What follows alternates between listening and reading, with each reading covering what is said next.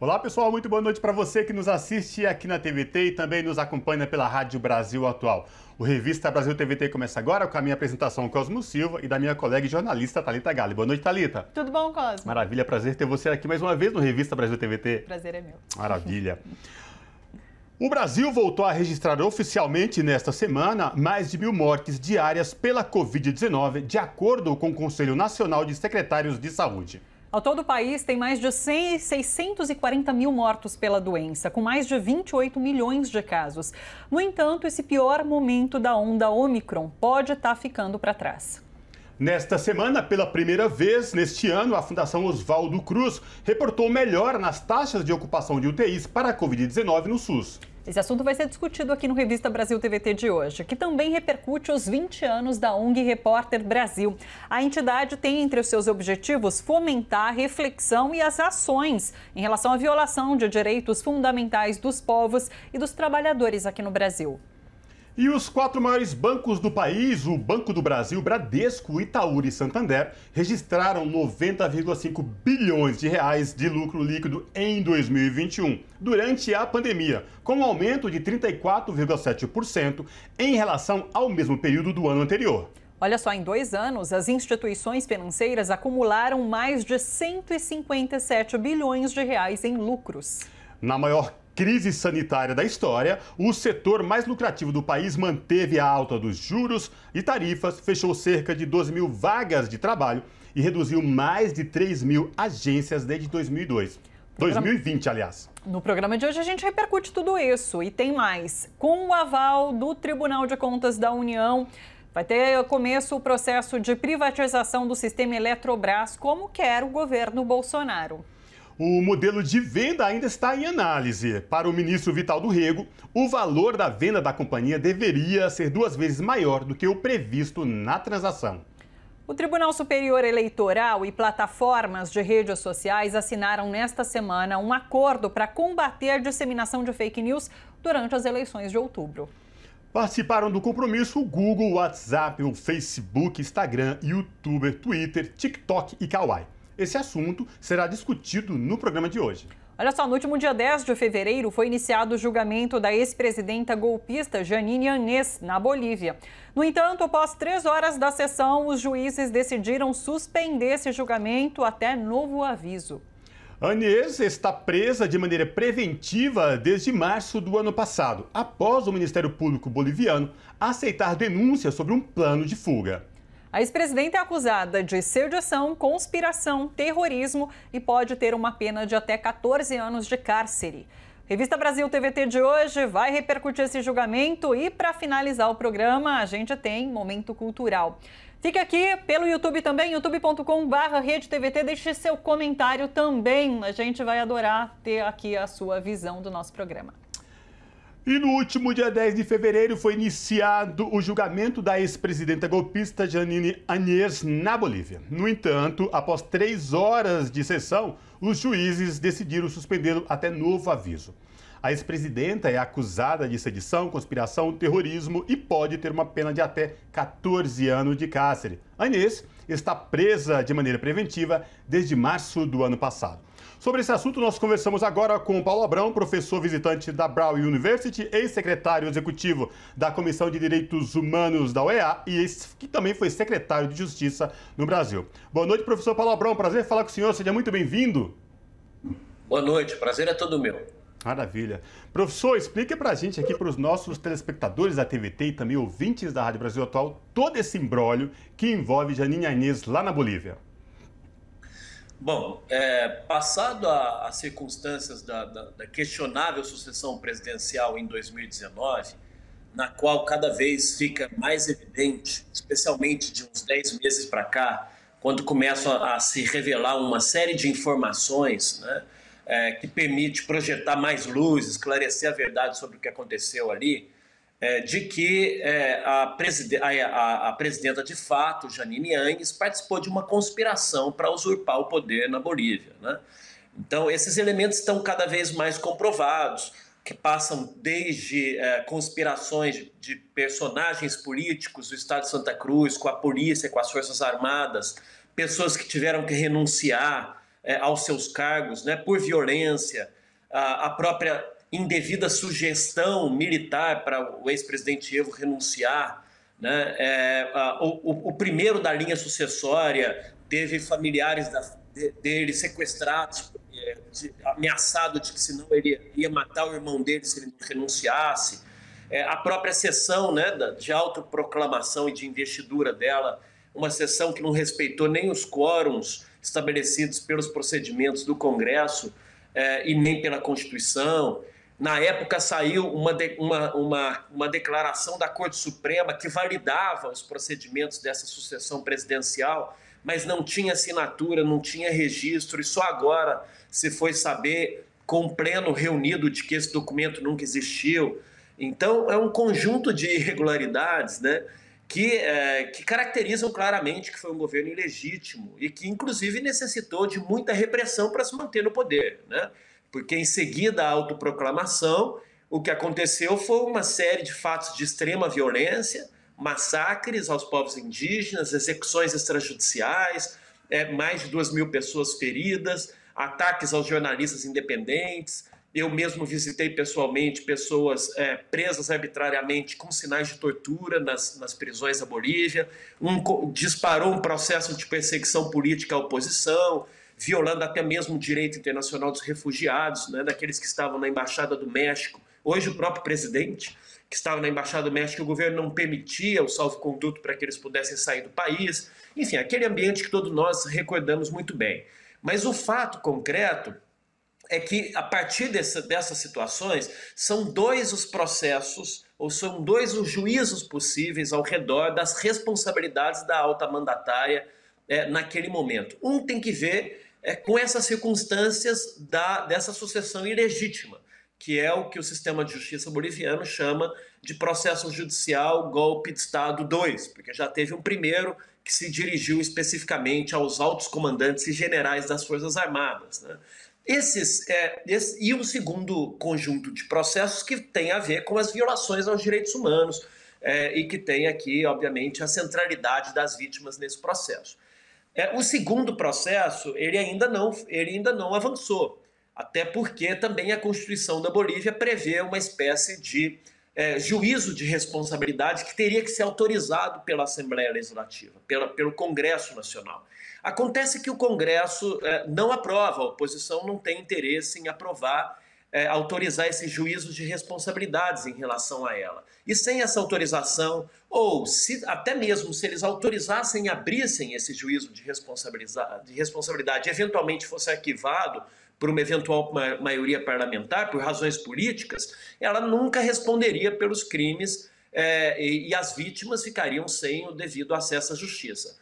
Então, a comoção que se instala, para resumir, é de que, de um lado, setores conservadores, inclusive da comunidade internacional, como uma carta que saiu assinada por mais ou menos uns 8 ou 9 ex-presidentes da região de governos conservadores, anunciando a senhora Jeanine Áñez como uma presa política, né? Como se ela estivesse sofrendo algum tipo de perseguição e ignorando todos esses fatos, ignorando todos esses detalhes e todos esses atentados. De um lado, esses grupos fazendo uma campanha internacional para caracterizá-la como presa política, como uma vítima de uma suposta perseguição política, e de outro lado, as vozes que estão defendendo que essas responsabilidades devem ser processadas, até mesmo porque a Bolívia tem compromissos internacionais de dar implementação ao dever de justiça com as vítimas. Isso é parte fundamental das obrigações internacionais do país e isso é parte da agenda da não repetição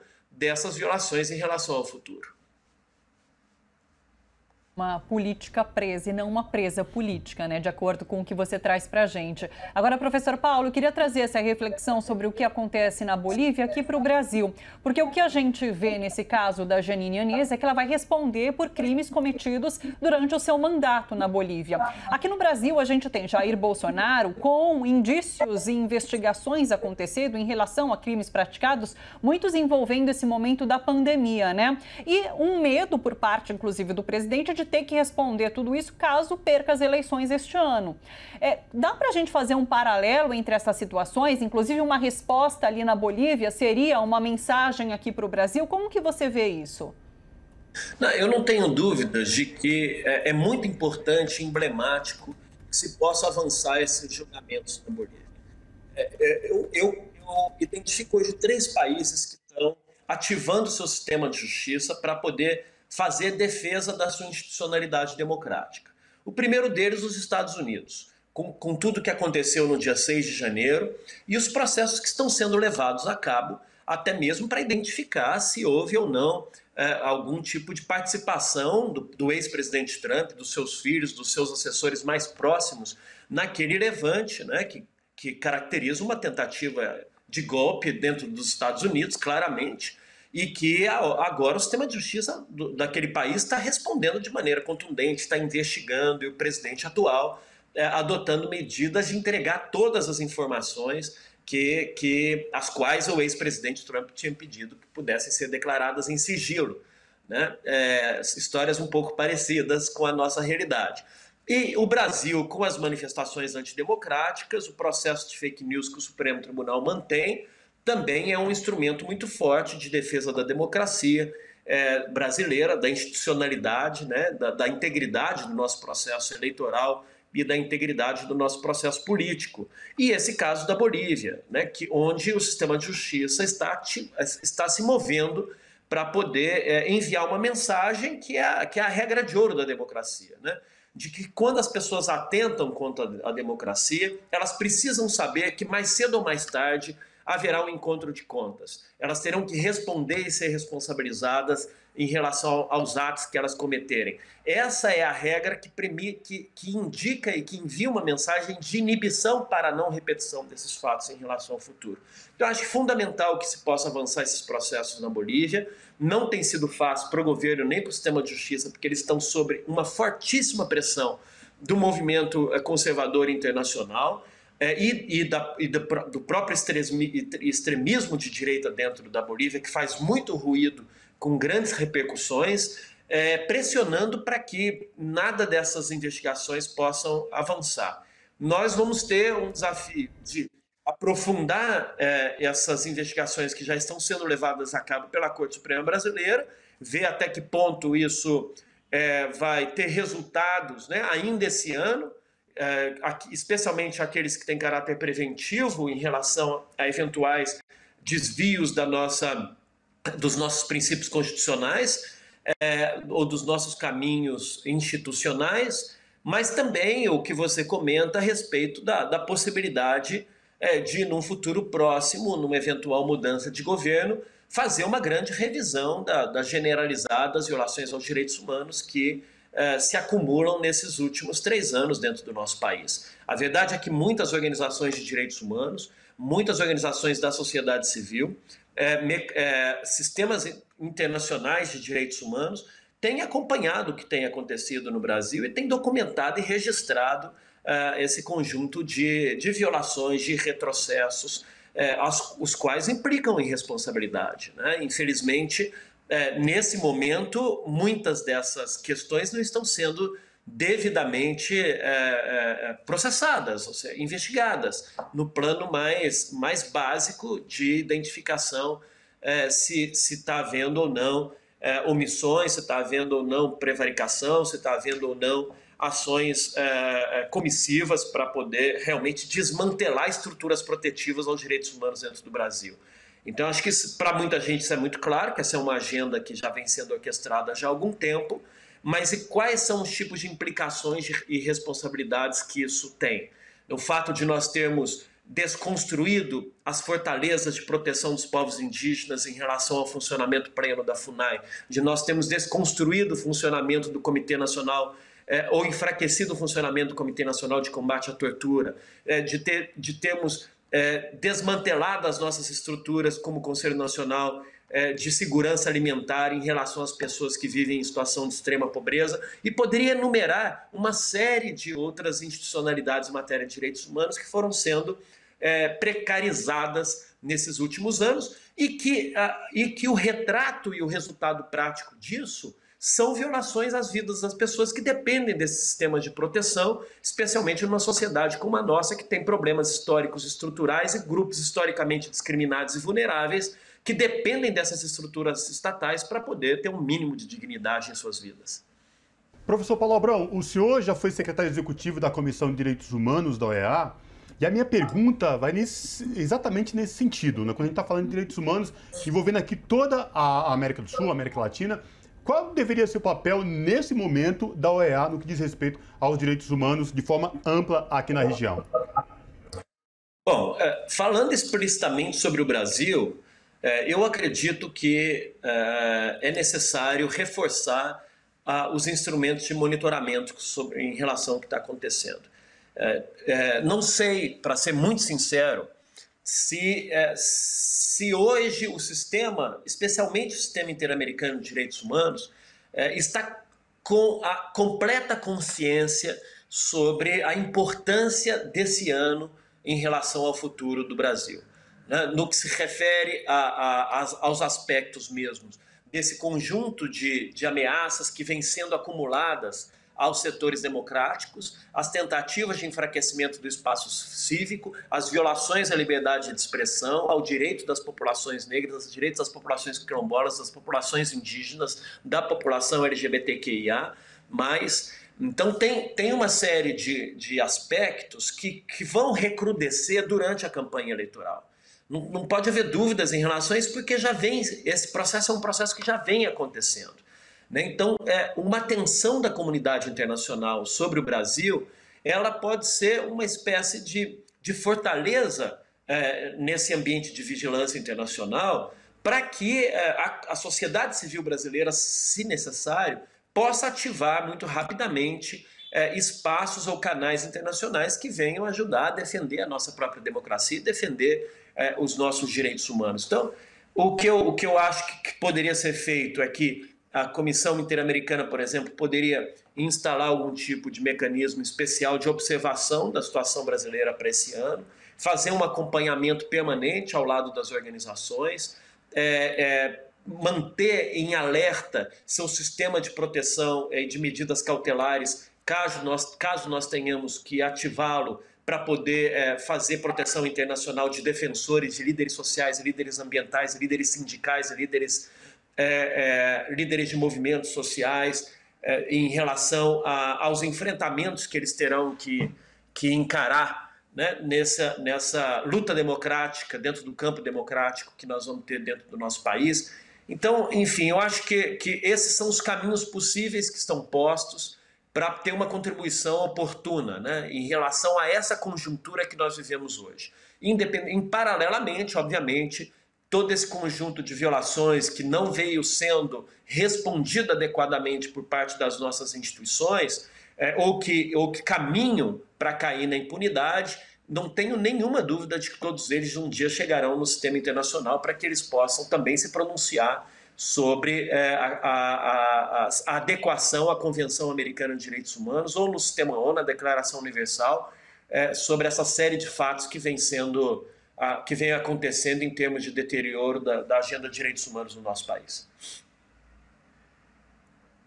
E secretário executivo da Comissão de Direitos Humanos da OEA, Paulo, muito obrigada pela conversa aqui com a gente. Até uma próxima. Um abraço para você. Obrigado a vocês. Abraço, professor. Thalita, se eu te falar 80 bilhões de reais, o que vem na tua cabeça? É muita grana. Muito dinheiro, né? Nossa.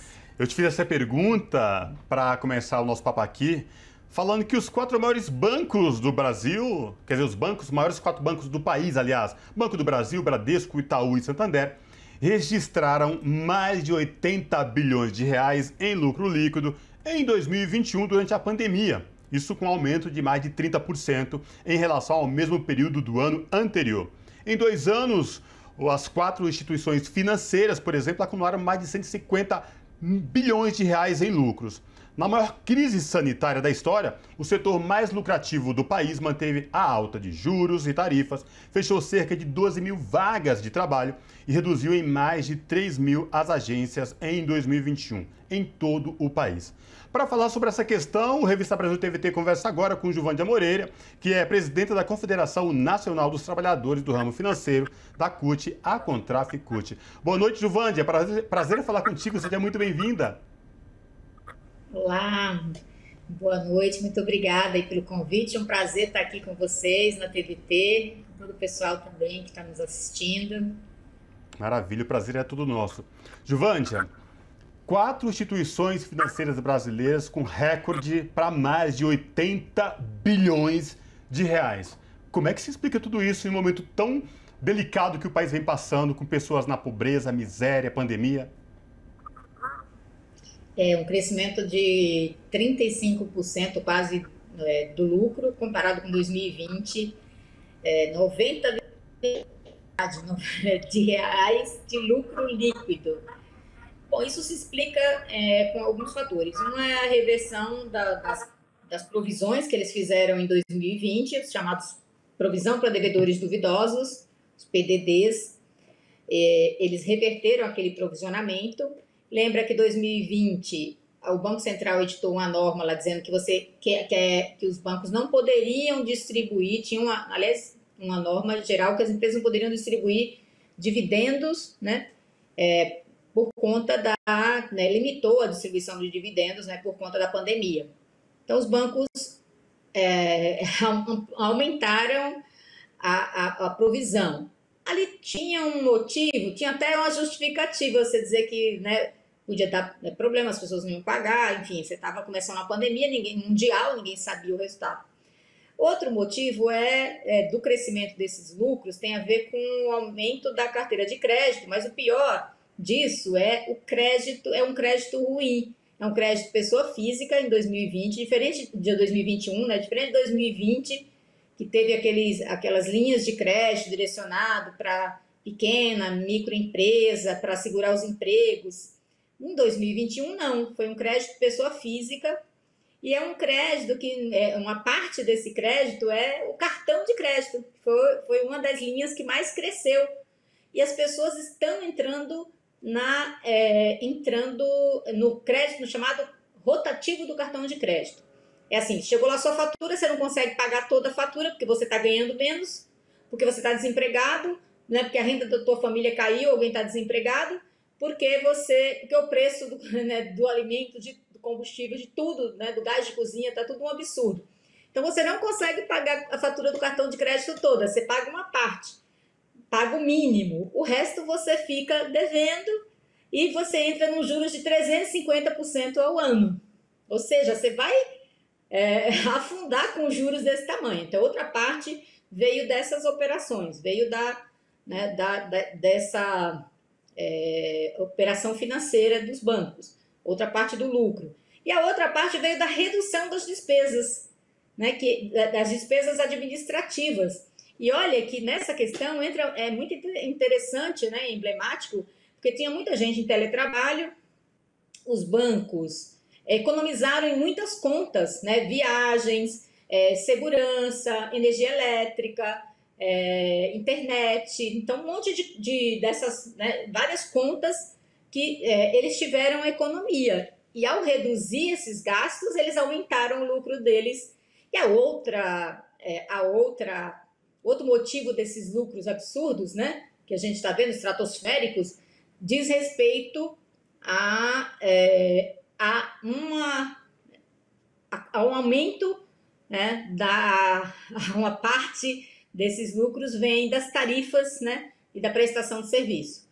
Tarifas bancárias, ou seja, também é a população que está pagando. Quando os juros, a população está pagando, né, essa inflação, Selic, os juros desse crédito, né, a redução das despesas reduziu nos bancos, mas as pessoas que estão no teletrabalho estão pagando a conta da energia elétrica, estão pagando a conta da internet. Em alguns bancos a gente conseguiu fazer um acordo para ter ajuda de custo, mas, por exemplo, Santander não quis fazer acordo. Então, quem está em teletrabalho, no caso do Santander, está pagando todas as despesas.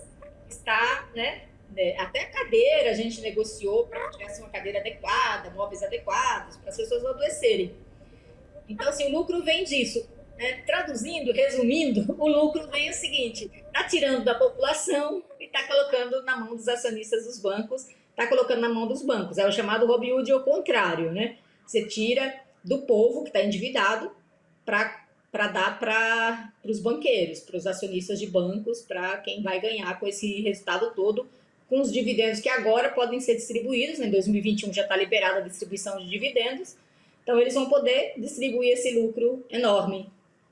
Para a gente fazer um comparativo, não sei se é possível fazer um comparativo com outros países, internacional, essa realidade dos bancos aqui no Brasil, ela é normal? Porque eu tenho a impressão de que quando a gente ouve esse número, é claro que impacta, é chocante esse número em relação aos lucros dos bancos, mas já não é de hoje, né? São anos com lucros sendo apresentados por esses grandes bancos. É comum essa situação ou há algo exploratório de fato aqui no Brasil? Há uma diferença muito grande aqui no Brasil.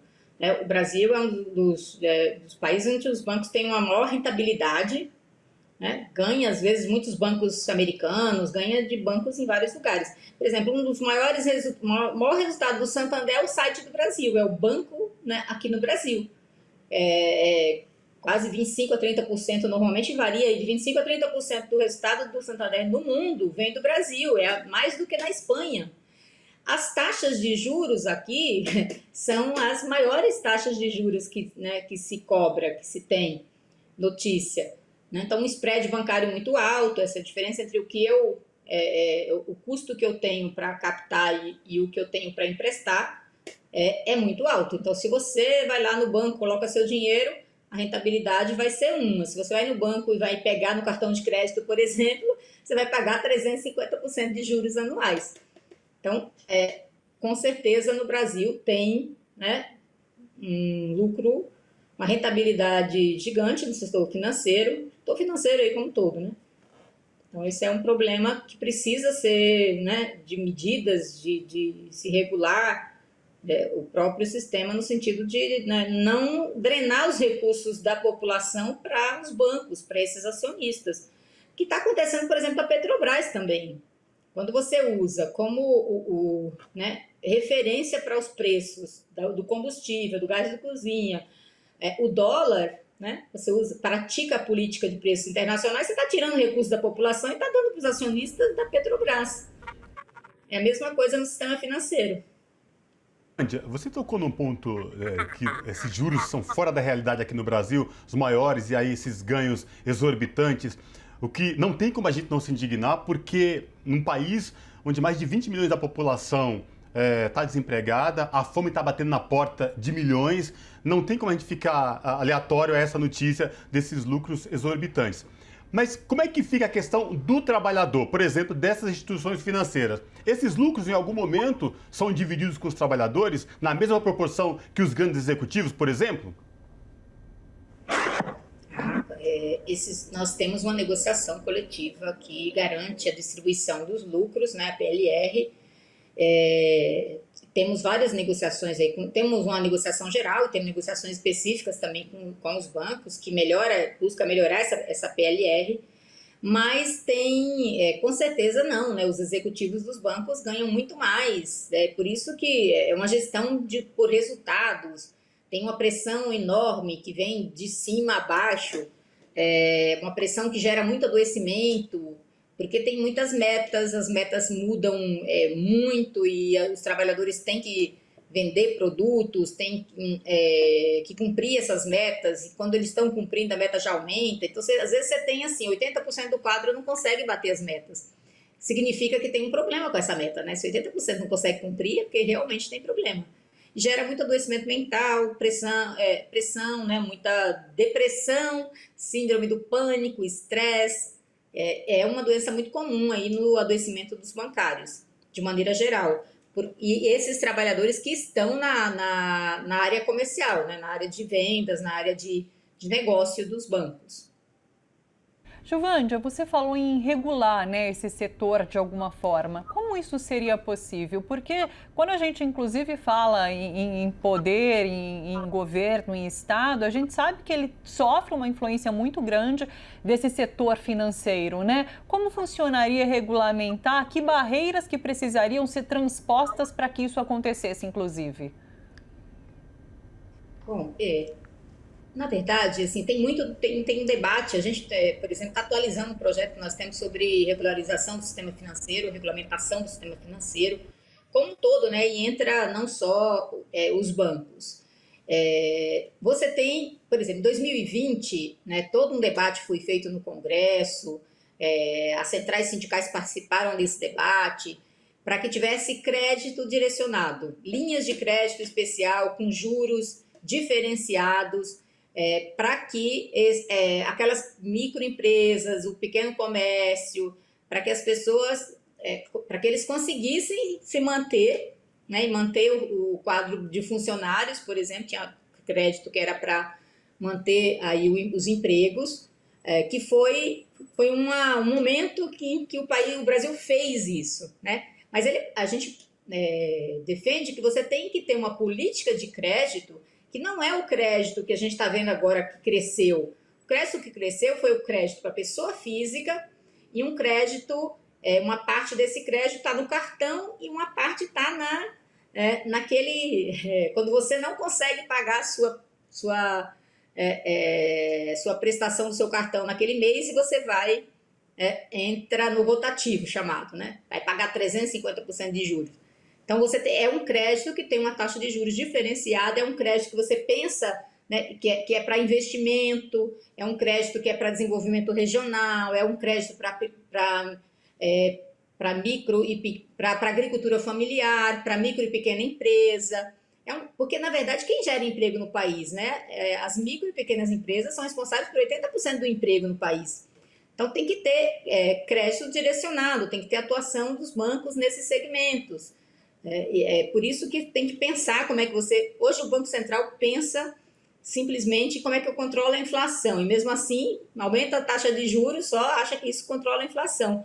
Nós não temos uma inflação de demanda, a gente tem inflação de preços administrados, principalmente pelo governo, e que não, né, como eu falei, do combustível, né, do gás de cozinha, da energia elétrica, que não tem a ver com demanda. As pessoas estão desempregadas, o custo de vida delas, a renda líquida delas caiu, elas não têm, né, as famílias estão endividadas e, portanto, não tem inflação de demanda.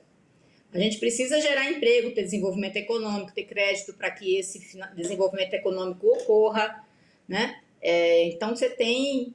Por exemplo, nós fizemos um embate muito grande nesse último período, ano passado, contra uma medida provisória do governo Bolsonaro que atacava os fundos constitucionais, o Fundo do Nordeste e o Fundo da região norte do país, e isso atacava o Banco do Nordeste, o principal financiamento do Banco do Nordeste para esse pequeno agricultor, para esses micro empresários, para essas pessoas que precisavam que pegam esses recursos, né, o microcrédito, e também o Banco Basa, da região norte do país. Então, eles atacaram esses fundos constitucionais ano passado, em vez de melhorar e ampliar esses fundos constitucionais.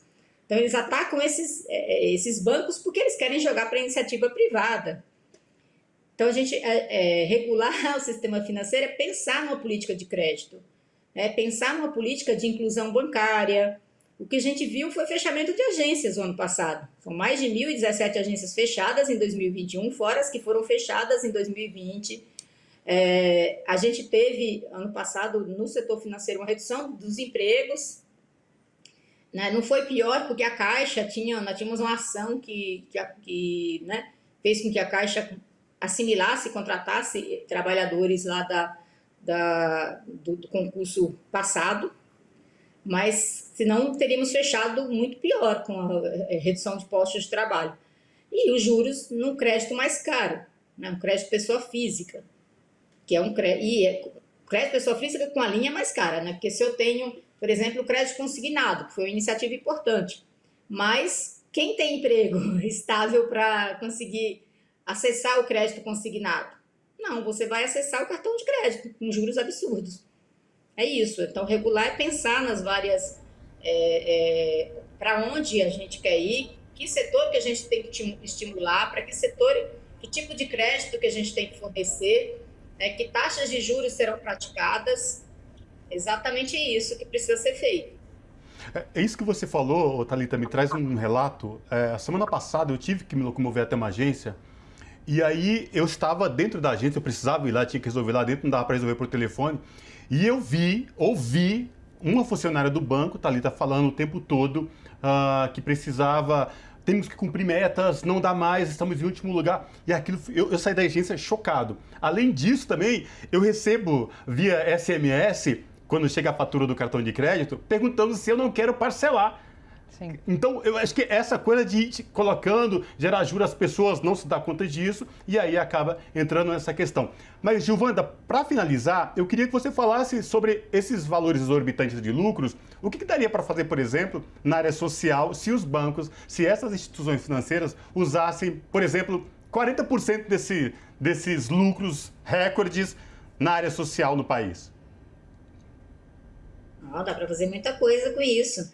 Dá para financiar a casa própria, né? Dá para gerar renda para as pessoas, uma renda que não vai depois te quebrar, né? Um crédito que não vai te quebrar, uma renda que ajude as pessoas a sobreviverem, a passarem desse momento. Porque quando o trabalhador, o Lula sempre fala, né, isso, o ex-presidente Lula fala assim, tem que colocar o povo no orçamento. Quando o trabalhador, né, acessa recursos, quando ele tem renda, ele gasta aqui no Brasil, ele vai fazer esse recurso girar na economia. Ele vai, né, pagar as contas, vai no comércio, enfim. Então, essa renda é uma renda, né, esse crédito é um crédito bom, essa renda é uma renda boa. Então, se a gente daria para fazer muito, né, investir na ciência, com esses recursos, você investiria na ciência, tecnologia, na educação, na saúde, tanta coisa que precisa de recursos. Investimento para gerar emprego e renda para a população. Agora, a questão é o capital financeiro, essa financiarização da economia. Então, você tem na pandemia, onde a maioria da população está pobre, empobreceu, com essa política econômica pior ainda, né? Empobreceu, no Brasil voltou ao mapa da fome, da miséria, o desemprego está alto. Então, as pessoas estão ficando mais pobres, mas os ricos, os super ricos, ficaram mais ricos ainda. Essas pessoas que têm ações nos bancos, que têm ações nas grandes empresas, que têm esse dinheiro para investir, especular, ele não está abrindo um negócio e gerando emprego, ele está investindo o dinheiro dele lá e ganhando mais ainda, fazendo esse dinheiro virar mais dinheiro ainda. Entendeu? Então, esse é o problema desse tipo de economia, desse tipo de financiarização. E você falou aí do cartão de crédito, né? Que eles ainda oferecem, e é verdade. Sim. Você quer ver? Você entra no aplicativo do banco, você está com o seu banco, eles querem botar seu limite do cheque especial também lá em cima. Sim. Para que eu quero um limite de cheque especial se minha renda não mudou nada? Ou se o cara está sem renda? Para que ele quer aumentar o limite do cartão de crédito? Para que ele tenha um limite de 10 mil reais, 20 mil reais no cartão de crédito? Às vezes ele tem uma renda de salário de 2 mil, né? Às vezes menor. E tem um limite de cartão de crédito, porque é exatamente isso. Com esses juros absurdos, quem paga a conta, tem muita gente devendo, mas quem paga a conta está pagando, e aquilo que você paga, você está pagando o principal que você tomou e ainda sobra. Então é vantajoso eu te endividar, eu te ampliar o limite do cheque especial, porque você vai pagar juros absurdos anuais. E aquilo que você pagar, mesmo que você não pague tudo, aquilo que você pagar já está pagando todas as despesas, já está dando lucro, esses lucros que a gente está tendo. O Cosmo coloca os assédios, né? O assédio em relação ao trabalhador, né? Da questão das metas, e o assédio com o cliente, que fica sendo bombardeado com essas mensagens. Gilvanda, eu quero agradecer muito a sua participação aqui com a gente. Diga, finaliza, por favor. Não, eu disse assim, porque o trabalhador tem meta, ele tem que fazer. É tirado de cima, que essa é a política, né? É onde vai aumentar o lucro. Então, a pessoa tem que fazer. O ciclo, né? Exatamente, porque no caso dos bancos privados, se você não atinge a meta, 3 meses você não atinge a meta, você começa a ficar em risco o seu emprego. Então, as pessoas ficam desesperadas mesmo. Vida. Gilvândia Moreira, presidenta da Confederação Nacional dos Trabalhadores do Ramo Financeiro, da CUT, a Contraf CUT. Gilvândia, muito obrigada pela participação. Um abraço para você, até uma próxima. Eu que agradeço a oportunidade de estar aqui com vocês na Revista Brasil, aqui na TVT. Um grande abraço para vocês. Um abraço. Um abraço. Pessoal, a gente vai falar agora sobre o trabalho da ONG Repórter Brasil. Você conhece o trabalho? Já já a gente vai rodar um vídeo para você conhecer tudinho. A ONG está completando 20 anos agora em 2022 para celebrar e, claro, continuar na luta. Dá uma olhada no trabalho da ONG Repórter Brasil.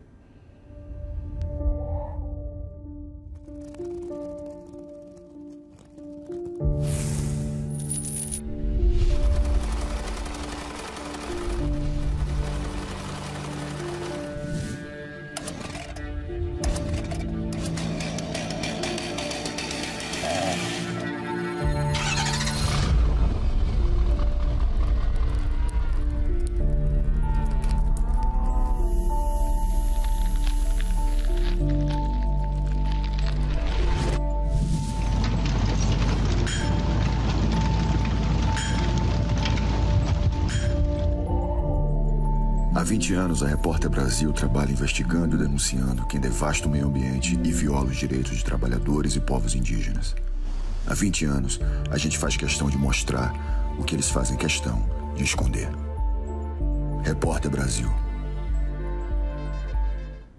Pois é, vocês viram aí esse vídeo, quem está acompanhando Revista Brasil TVT na Rádio Brasil Atual só ouviu, e a gente vai repercutir agora os 20 anos da ONG Repórter Brasil. A entidade tem entre seus objetivos fomentar a reflexão e ação sobre a violação aos direitos fundamentais dos povos e trabalhadores no Brasil. E para falar sobre esse assunto, nós conversamos agora com Leonardo Sakamoto, que é jornalista, cientista político, professor da PUC São Paulo e presidente da Repórter Brasil. Boa noite, Sakamoto. Prazer falar contigo. Seja muito bem-vindo. Obrigado, gente. Boa noite a todos e todas.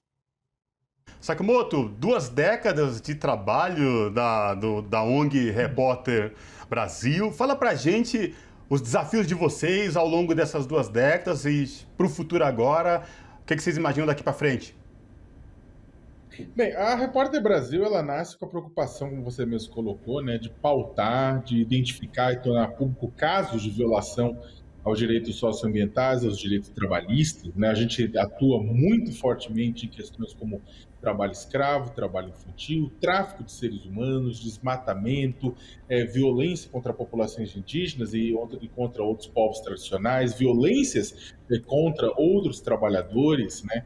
Então, são assuntos que, inclusive, envolvem o Brasil profundo, o Brasil que está fora, muitas vezes, das lentes, das câmeras, dos sites, né? Porque estamos falando, muitas vezes, de locais onde os direitos, não só o Estado não alcança, mas os direitos não alcançam também. Então, nesses últimos 20 anos, a gente tem atuado, temos trazido à tona problemas, comunidades, temos causado impacto, temos, com isso, mudado a realidade do país, né? Porque a Repórter Brasil, ela não é só uma organização de jornalistas, né? A gente tem 3 áreas, atua no jornalismo, né, com produção de documentários, com reportagens, atua numa área de pesquisa, de investigação. Então, quando vocês ouvem, por exemplo, supermercados estão cortando comercialização com frigoríficos e fazendas de gado que utilizaram o trabalho escravo, desmataram a Amazônia, acredite, tem nosso dedo lá no meio, né? Ou quando aparece, por exemplo, poxa, aconteceu que ouro ilegal brasileiro foi parar na Itália, tem nosso dedo no meio nas investigações. Então, tem todo esse processo da pesquisa. E, por fim, a gente tem uma área forte de educação. A gente já beneficiou mais de 1,3 milhão de jovens em mais de 250 cidades de todo o país, né, que foram prevenidos, que foram formados para evitar trabalho escravo e o tráfico de seres humanos. Então a gente pretende, na verdade, continuar com essa caminhada, até porque no momento que a gente está hoje, né, um momento de numa conjuntura difícil, num momento de retrocesso nas conquistas de direitos humanos, a gente acredita que entidades como a nossa, que fiscalizam, monitoram, denunciam e fornecem informação à sociedade, são bastante relevantes.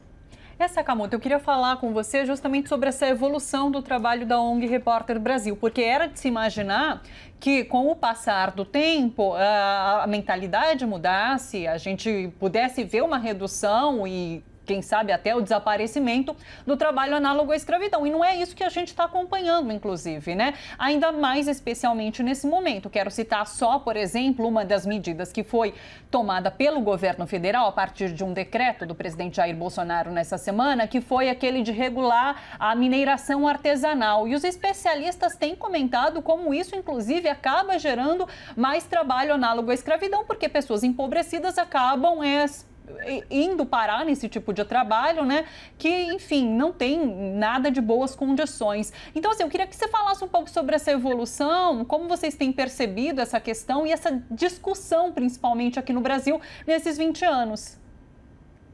Então, é claro que olhando na perspectiva, né, olhando de 20 anos para trás, né, 2001, 2002 até agora, o Brasil evoluiu bastante, a gente avançou bastante no combate ao trabalho escravo, né? O governo Fernando Henrique reconhece em 95 o problema, o governo Lula eleva a categoria de prioridade de Estado, o governo Dilma mantém, apesar de ter também faltado recurso naquele momento para o combate. Aí tivemos alguns problemas do governo Temer, né? Alguns ataques fortes. E agora no governo Bolsonaro, apesar dos grandes problemas, apesar do fato de que o presidente da República não é fã desse assunto, né, as instituições envolvidas, as instituições públicas envolvidas têm conseguido manter os resgates de trabalhadores, aumentar o resgate de trabalhadores, né? Então, apesar das dificuldades, apesar da falta de pessoal, apesar da falta também de recursos, né? Então, o Brasil, ele é considerado uma referência global no combate ao trabalho escravo, a gente tem visto isso nos últimos 20 anos. A Repórter Brasil, eu tive assento, né, em conselhos da ONU em Genebra e Nova York por conta da Repórter Brasil, e a gente viu o quanto o Brasil ele é considerado uma referência, considerado um exemplo, e como o Brasil, na verdade, inclusive ensina outros países a combater o trabalho escravo, mas ao mesmo tempo a gente tem visto nos últimos anos a força do retrocesso. É normal que quando a gente avance, você tem forças retrógradas que empurrem o contrário. Digamos que esse empurrar do contrário, né, essa volta do barco, assim, tem sido um pouco longa, pelo menos 3 anos, né, de dificuldade, para não dizer desde o impeachment em 2016.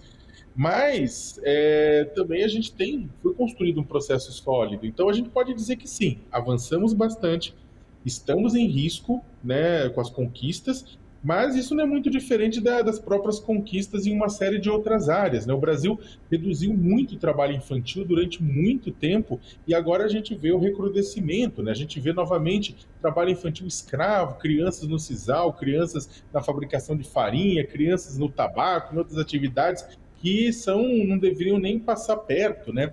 Temos visto, né, outras situações também de violações dos direitos que vão além do trabalhador. Você falou da situação do garimpo, está completamente correta. Agora também tivemos também nessa semana aquela história do projeto de lei que facilita a aprovação de agrotóxicos, né? Que também é um dos pontos, que é um dos elementos mais tratados com a Repórter Brasil, que monitora de perto, acompanha de perto. E é absurdo que hoje em dia determinadas mentiras, como agrotóxico não faz mal, faz bem, né? Então bebam. não coloquem na nossa comida. Se quiser, bebam, né? Se faz bem, tomem banho com isso, né?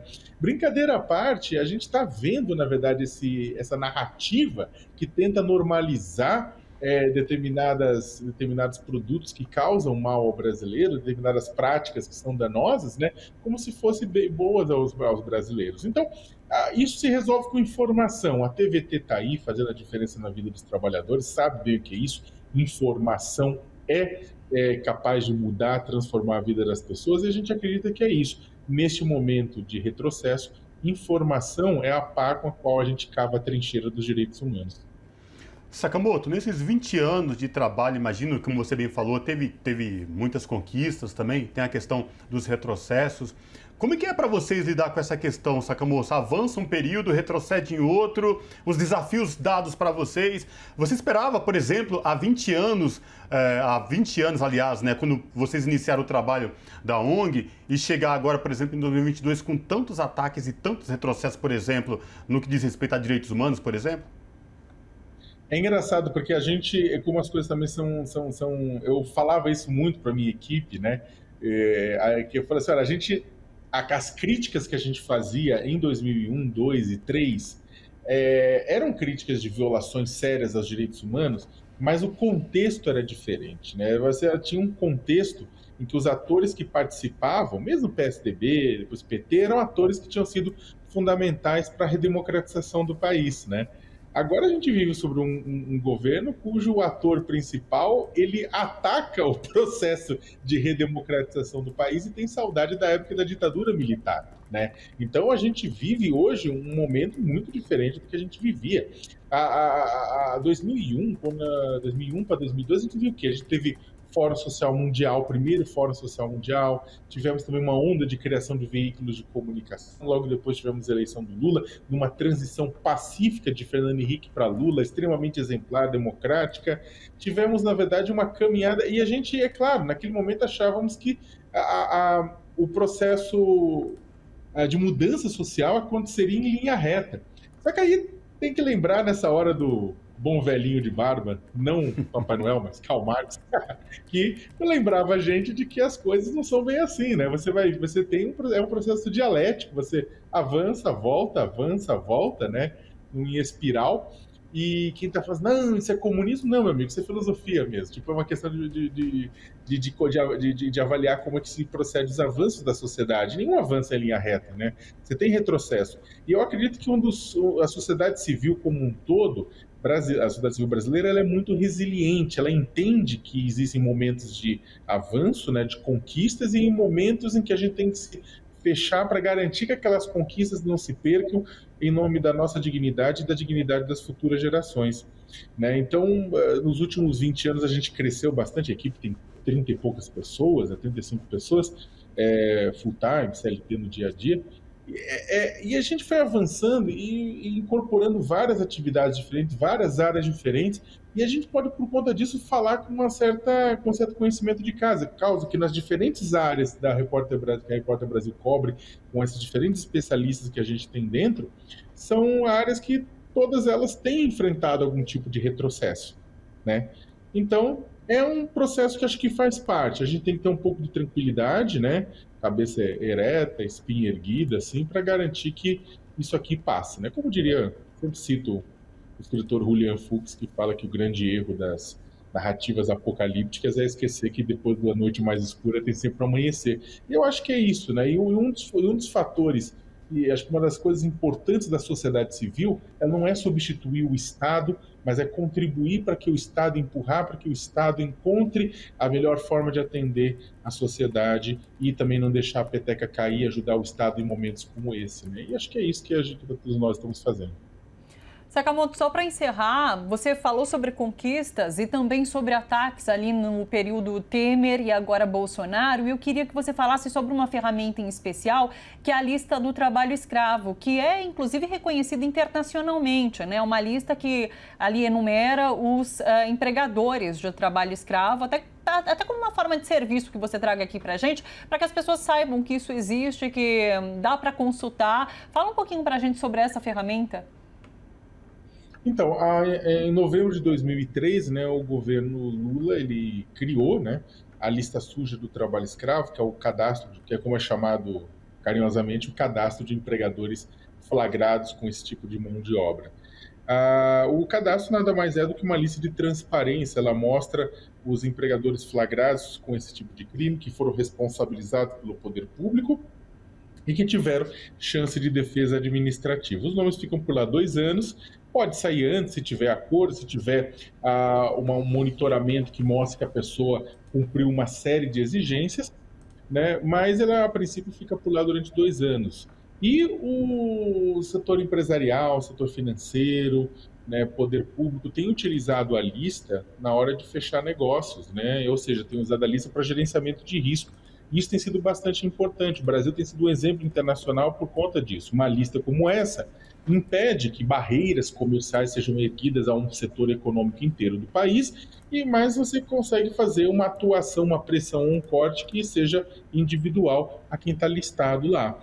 A lista ela pode ser consultada, ela está no site do Ministério do Trabalho e Emprego, né? relativamente, trabalho em previdência, relativamente simples você encontrar.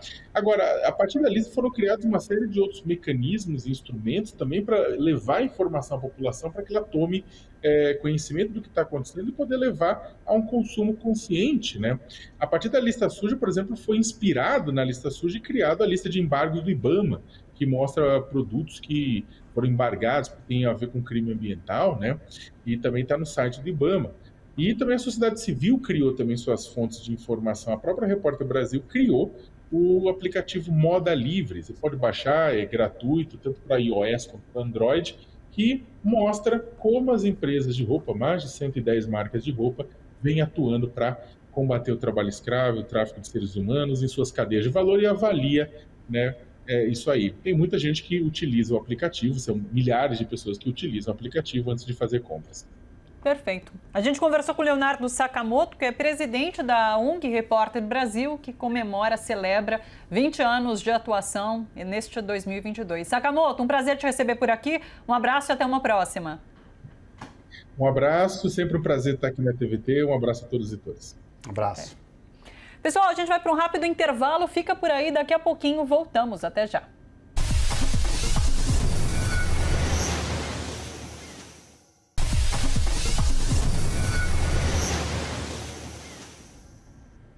De volta com Revista Brasil TVT, aqui na TVT e também na Rádio Brasil Atual. O Tribunal de Contas da União deu aval ao processo de privatização do sistema Eletrobras, como quer o governo de Jair Bolsonaro. O modelo de venda ainda está em análise. Para o ministro Vital do Rego, o valor de venda da companhia deveria ser 2 vezes maior do que o previsto na transação.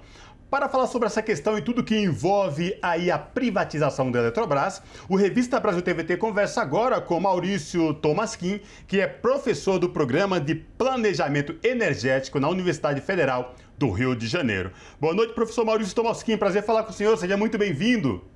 Boa noite, boa noite.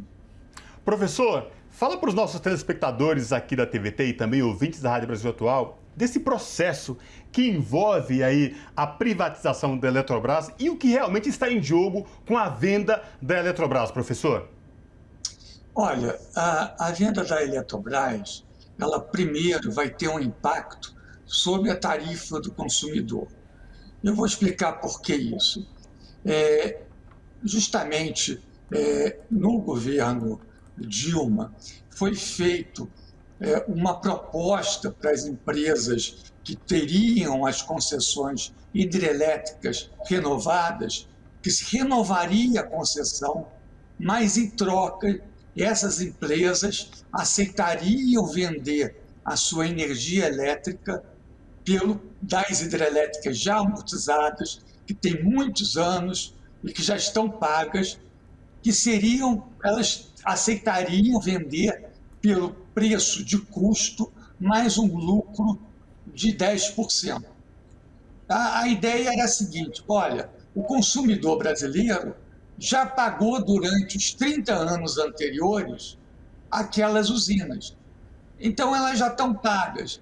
Nada, portanto, mais justo que passar o benefício do fato de você ter uma usina hidrelétrica, que o investimento já foi pago, passar essa energia por um valor mais barato para o consumidor. Então, foram distribuídas cotas dessas energias mais baratas para as distribuidoras, para a Light, para a CPFL, para as distribuidoras dos diferentes estados. Para se ter uma ideia, essa cota hoje estaria em termos de R$ 73 por megawatt-hora. Na hora que vai se privatizar, vai se permitir que os novos donos da usina vendam essa energia ao preço de mercado, que está mais ou menos, pelo menos ao dobro do que esse valor que o consumidor paga hoje. Então, o primeiro impacto é justamente o impacto sobre o bolso do consumidor. O mais grave é que, além disso, nessa medida provisória que foi utilizada para privatizar a Eletrobras, se botou uma série de jabutis, né? Jabutis são aquelas medidas que não têm relação com a legislação, mas que se coloca ali pelo legislativo. E essas jabutis representam reserva de mercado para algumas fontes e para alguns agentes. Por exemplo, se obrigou a contratação de 8 mil megawatts de termoelétricas a gás, em lugares que não tem gás e, portanto, é caro construir gasodutos e longe do centro consumidor. E, portanto, será caro levar essa energia até o consumidor. Isso terá um impacto muito grande também sobre a conta de energia. E outros jabutis que foram também incluídos. Então, você tem um efeito direto relativo à descotização, que é essa vinda da energia a um preço maior do que hoje se paga, e aos jabutis que foram inseridos na medida. Professor, se eu tenho uma camiseta que me dizem que vale R$50 e eu insisto em vendê-la por R$25, é porque eu quero me desfazer muito rápido daquela camiseta, né? E daí a gente transporta esse comparativo para a questão da Eletrobras sendo vendida pelo governo. Por que essa pressa? Quais as justificativas utilizadas pelo governo e quais as mensagens que a gente tira a partir dessa subvalorização? Então, não tem nenhuma justificativa para essa pressa. Não seria necessário. E foi muito bem apontado pelo ministro Vital do Rego, no seu relatório para o TCU, que houve uma grande subavaliação do valor da Eletrobras, né? O valor deveria ser o dobro do que foi estimado. Por quê? Porque se deixou de se considerar alguns serviços que as hidrelétricas fazem, que até hoje não eram remunerados e que a partir de agora serão pagos. E isso deixou-se considerar, e com isso se subavaliou o quanto que essas hidrelétricas vão gerar de receita. E com isso se subavaliou o valor a ser pago pela outorga dessas hidrelétricas. Então, isso é grave. E não existe uma justificativa para essa correria. E só para ter uma ideia, a Eletrobras, nos últimos 4 anos, teve um lucro líquido de 36 bilhões. Não está ainda nem contado o último trimestre agora de 2021. Mas, quer dizer, vai ser mais que 36 bilhões. Então, você não está privatizando uma empresa que está dando prejuízo à União, que está dando prejuízo ao contribuinte. Ao contrário, ela está trazendo lucros para o contribuinte. Então, não existe uma razão para correr com esse processo. Professor, a gente é meio leigo quando se fala dessa questão, especificamente de empresas públicas, privatizar, estatizar. Mas a gente sabe perfeitamente que nenhum país desenvolvido entrega suas matrizes energéticas para iniciativa privada. Isso quer dizer diretamente e implica na soberania nacional de cada país. A minha pergunta, professor, vai no seguinte sentido: a venda do sistema Eletrobras também vai colocar em risco aí o controle das barragens em todo o país? Olha, terá que ter muita atenção, né? Dependendo do modelo de operação do sistema que se use, terá que ter uma fiscalização muito grande. Por quê? Para não criar um poder de monopólio pela Eletrobras privada, né? A Eletrobras é muito grande e, portanto, ela terá uma parte muito grande do mercado. Essa empresa, que tem uma grande parcela do mercado sendo privada, ela pode criar uma espécie de um oligopólio, ou seja, controlar o mercado, e aí, com isso, controlar o preço e, claro, com isso, criar problemas, aumento de preço, problema para o consumidor. Isso pode fazer justamente com que o preço suba e a qualidade do serviço piore, caia. É isso que a privatização tem mostrado, inclusive com outros exemplos? Esse é o grande risco, sobretudo quando você está privatizando uma empresa que é tão grande e que ocupa um pedaço grande do mercado. Então, quando você tem, vamos dizer, empresas menores, você pode até falar, vai haver uma competição e com isso vai baixar o preço, ou se uma tentar aumentar muito o preço, a outra ganha o mercado dela. Mas quando você tem uma empresa do tamanho da Eletrobras, o risco é muito grande dela controlar o mercado.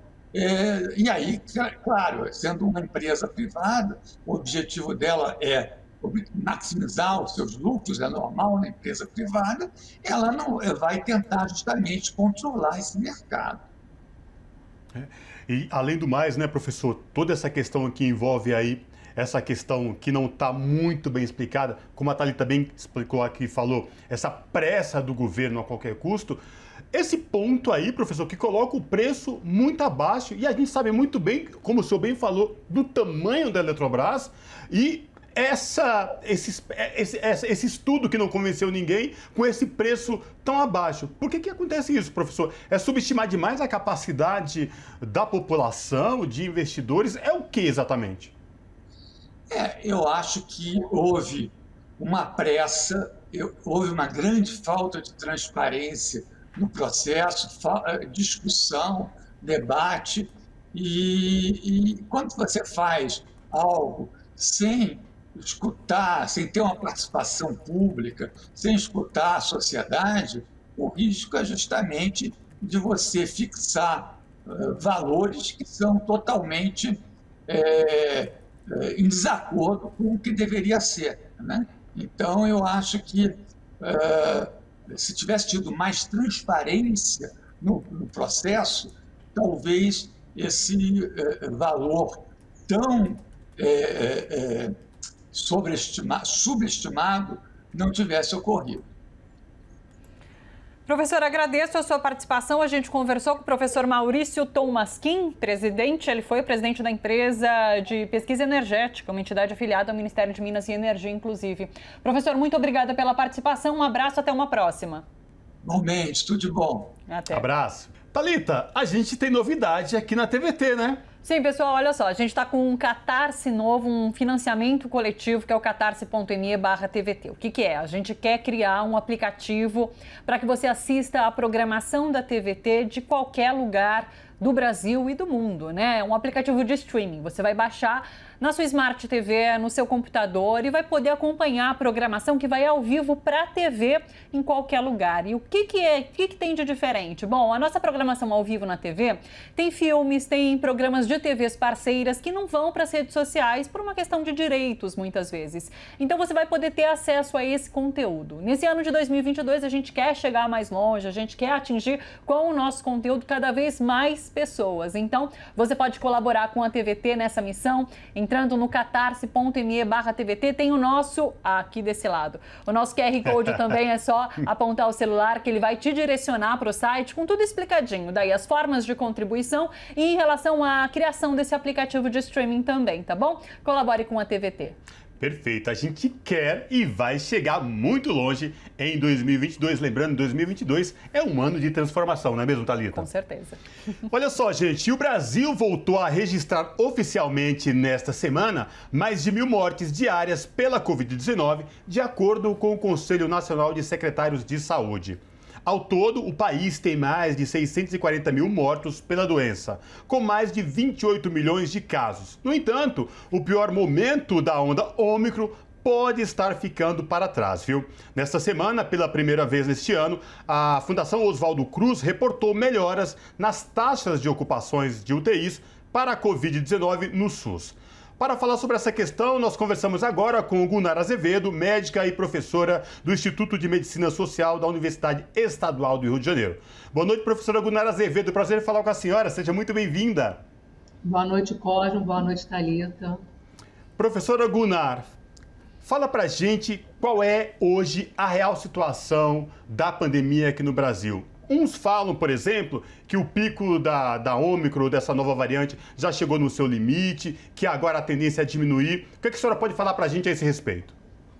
Olha só, Cosmo, realmente o pico no Brasil como um todo chegou A gente espera que esteja chegando nesse ponto e comece a cair. A gente vai provavelmente começar a ver uma queda no país como um todo, né? Olhando os dados gerais do país.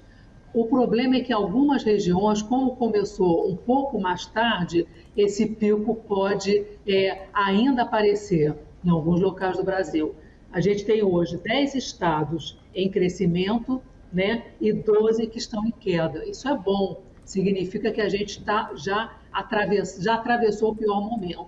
No entanto, chamamos a atenção, os óbitos agora que aparecem são reflexos da grande massa de casos que tivemos há 15 dias atrás, há 3 semanas atrás. Então, hoje a gente está realmente recebendo, infelizmente, né, como a gente falava, isso aconteceu, pessoas estão, algumas delas, evoluindo mal, necessitando internar, e infelizmente algumas estão indo a óbito, por conta da Ômicron, que é muito mais transmissível do que as variantes anteriores. Então, no total, acaba que esse quantitativo, sendo um percentual mais baixo, que complica, mas é um percentual que numericamente aparece nos óbitos.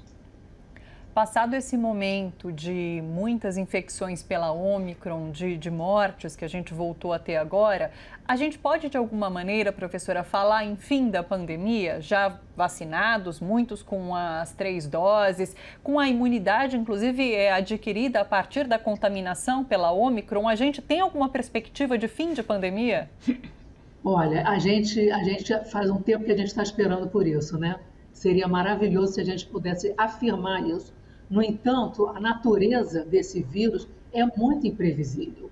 Então, assim, o que se pensava que agora, com a Ômicron, a gente teria atingido uma situação de mais tranquilidade, mais ou menos, né? Tem uma subvariante que está preocupando, que está aparecendo na Europa, ainda não é tão importante aqui, mas é uma nova ameaça. Então, não dá para dizer com tranquilidade que chegamos ao fim.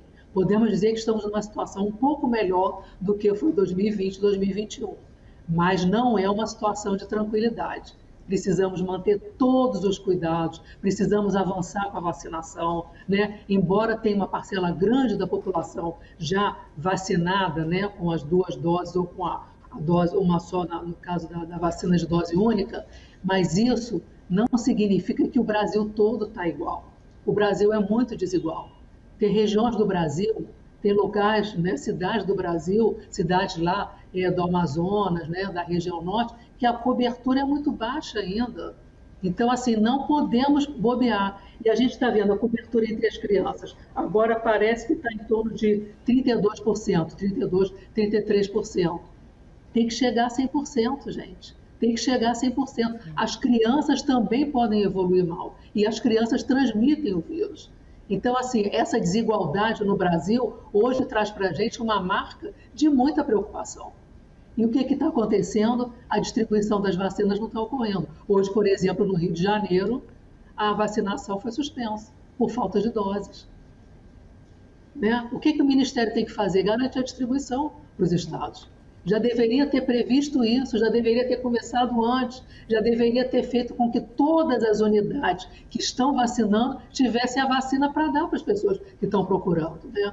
Isso por um lado. E por outro lado, o que nos preocupa muito, acho que precisamos falar disso, a questão da hesitação vacinal para crianças.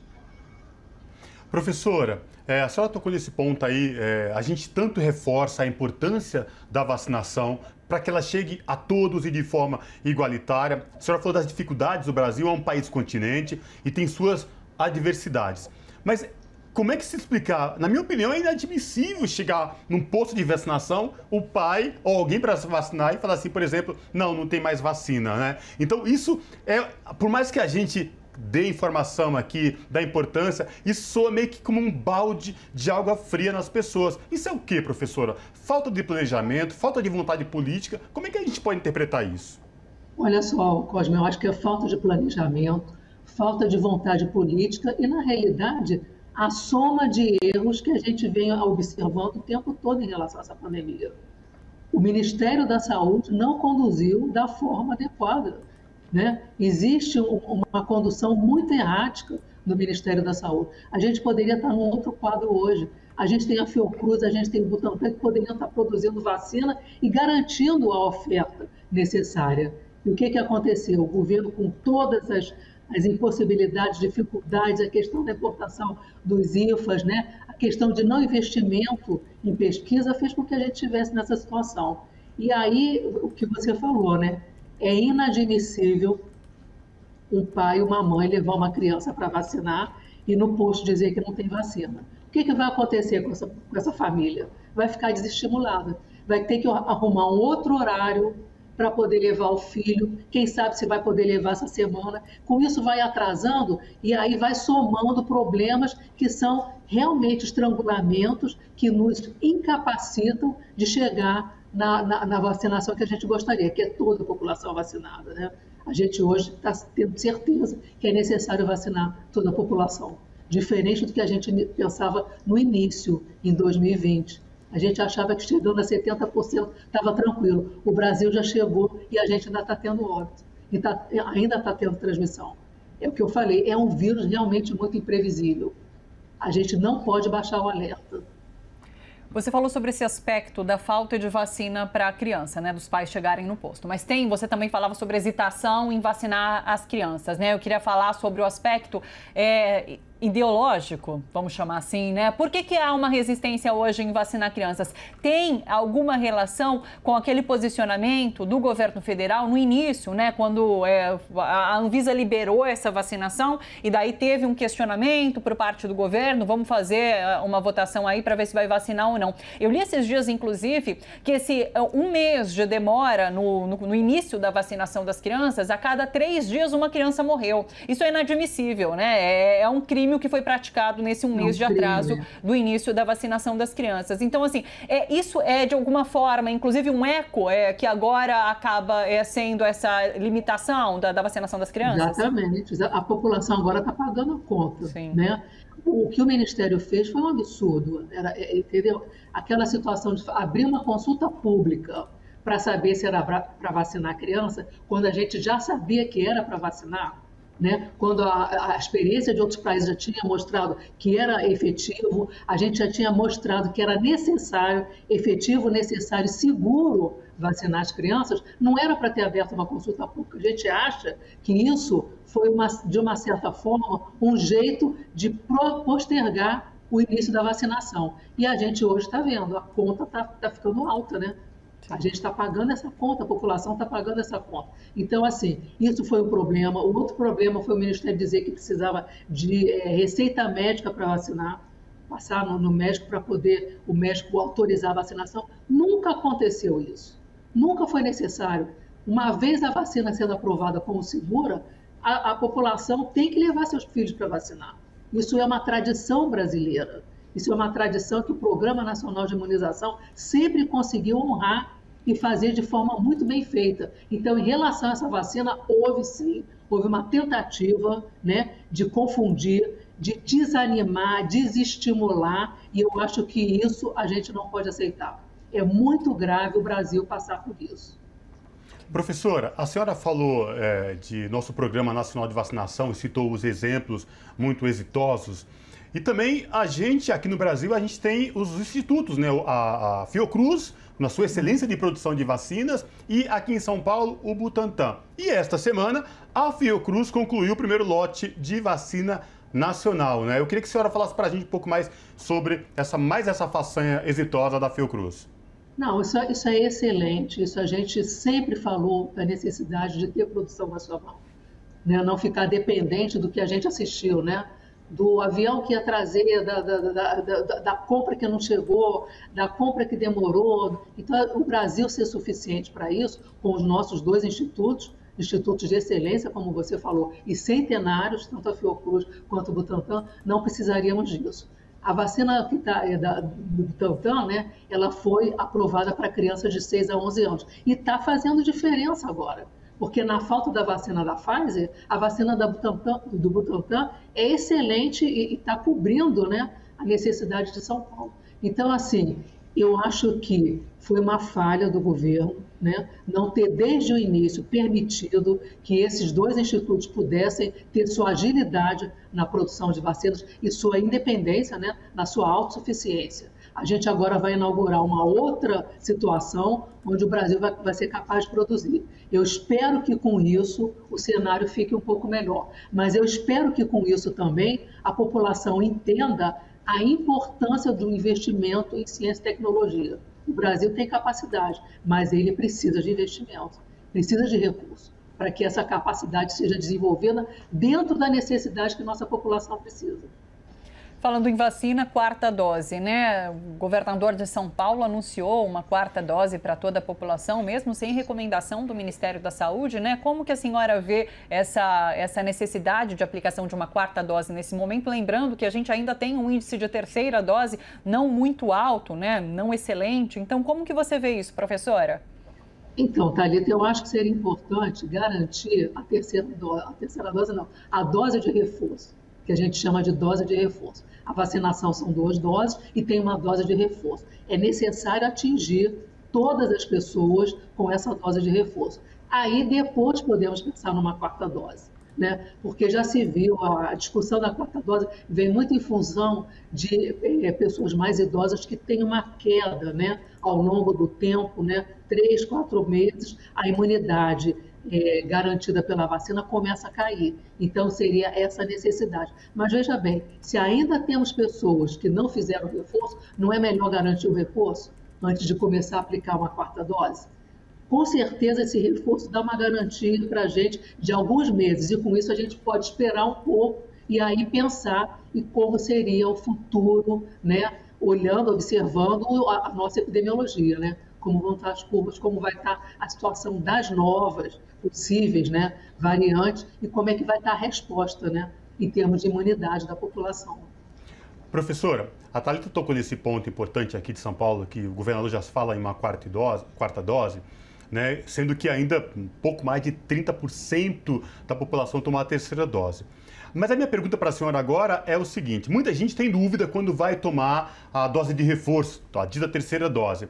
Fala pra gente, tem algum problema se tomou dose de um fabricante, toma a terceira dose de reforço de outro fabricante? Porque as pessoas ainda confundem muito, e essa desinformação, essa falta de informação clara e de campanhas de incentivo às pessoas gera ainda mais confusão. O que a senhora pode falar pra gente sobre essa questão?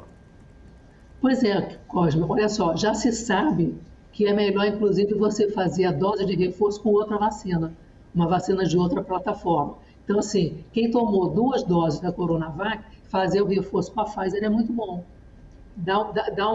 Aumenta a capacidade, né, de produção de anticorpos. Isso é bom, não tem nenhum problema misturar, pelo contrário. Isso é seguro, porque os estudos já avaliaram essa efetividade, né, de você fazer vacinas diferentes na dose de reforço. Não há nenhum problema, não há nenhum risco. Novamente, eu repito, essas vacinas são seguras. Elas foram aprovadas porque elas são seguras. Ninguém libera uma vacina para a população sem ter certeza do risco que essa vacina poderia causar. E, nesse caso, não existe um risco maior. É claro que efeitos adversos são possíveis em qualquer vacina. Como qualquer remédio é capaz de dar efeito adverso, né? Só que chama atenção a quantidade de complicações que a Covid pode levar, seja para adultos e para crianças também, é muito maior do que os efeitos adversos, que são raros e na sua maioria são leves. E aqueles que podem ser um pouco mais graves têm tratamento. A própria miocardite tem tratamento. Então, assim, é muito mais, eu não consigo entender o raciocínio das pessoas que têm medo da vacina, mas não têm medo da Covid. Deveria ser o contrário, né? Ter medo da Covid. E aí pensar na vacina para se proteger de uma doença que pode ser uma doença letal. Professor, eu queria falar agora rapidamente sobre o cenário internacional, na verdade, porque a gente sabe que é uma pandemia global, né? E tem países com índice de vacinação muito baixo. E daí é claro que nesses locais pode aparecer, de repente, uma nova variante que vai acabar afetando o mundo todo, né? Então, assim, qual é a preocupação agora em relação a como o mundo está lidando com isso? Qual deveria ser a urgência nesse enfrentamento? Então, a urgência seria, né, que a gente tivesse uma resposta de solidariedade dos países, os países mais ricos, inclusive, que já conseguiram, que já têm as doses necessárias, que eles pudessem estar contribuindo para que essa vacina chegue na África, chegue em países onde a vacinação ainda é muito baixa. Então, essa desigualdade no mundo, como você falou, traz um risco enorme. E é um risco de surgir uma nova variante. E não há nenhuma segurança de que, surgindo uma nova variante, essa variante vai ser menos grave. Pelo contrário, pode surgir uma variante mais grave do que a gente está observando nesse momento. Então, por isso, essa situação que a Organização Mundial de Saúde, inclusive, vem batendo nessa tecla há muito tempo. Não adianta um país estar completamente vacinado se vários outros países não têm vacina. Seria importante garantir que a vacina chegasse a todos e que tivesse, nesse momento, uma grande solidariedade para aqueles que não podem comprar. Eles podem receber doação de outros países e até da própria Organização Mundial de Saúde. Então, assim, o esforço tem sido nesse sentido. E o Brasil pode entrar, uma vez que tem a produção nacional, pode entrar e pode contribuir, como o Brasil já contribuiu muito com vacinas para a África. Outras vacinas, né, para outras doenças. Perfeito, professora. Professora, eu ia chamar de médica Gunnar. Professora Gunnar, muito obrigada pela conversa que você teve aqui com a gente, nos esclarecendo sobre pandemia, sobre vacinação, sobre a importância da vacinação. É sempre muito importante falar sobre isso aqui na TVT. Um abraço para você, até uma próxima. Obrigada, abraço para vocês. Até a próxima. Obrigada. Essa é a Gunnar Azevedo, médica e professora do Instituto de Medicina Social da Universidade Estadual do Rio de Janeiro, aqui com a gente. E a gente agora vai para um breve intervalo e já a gente volta, não sai daí.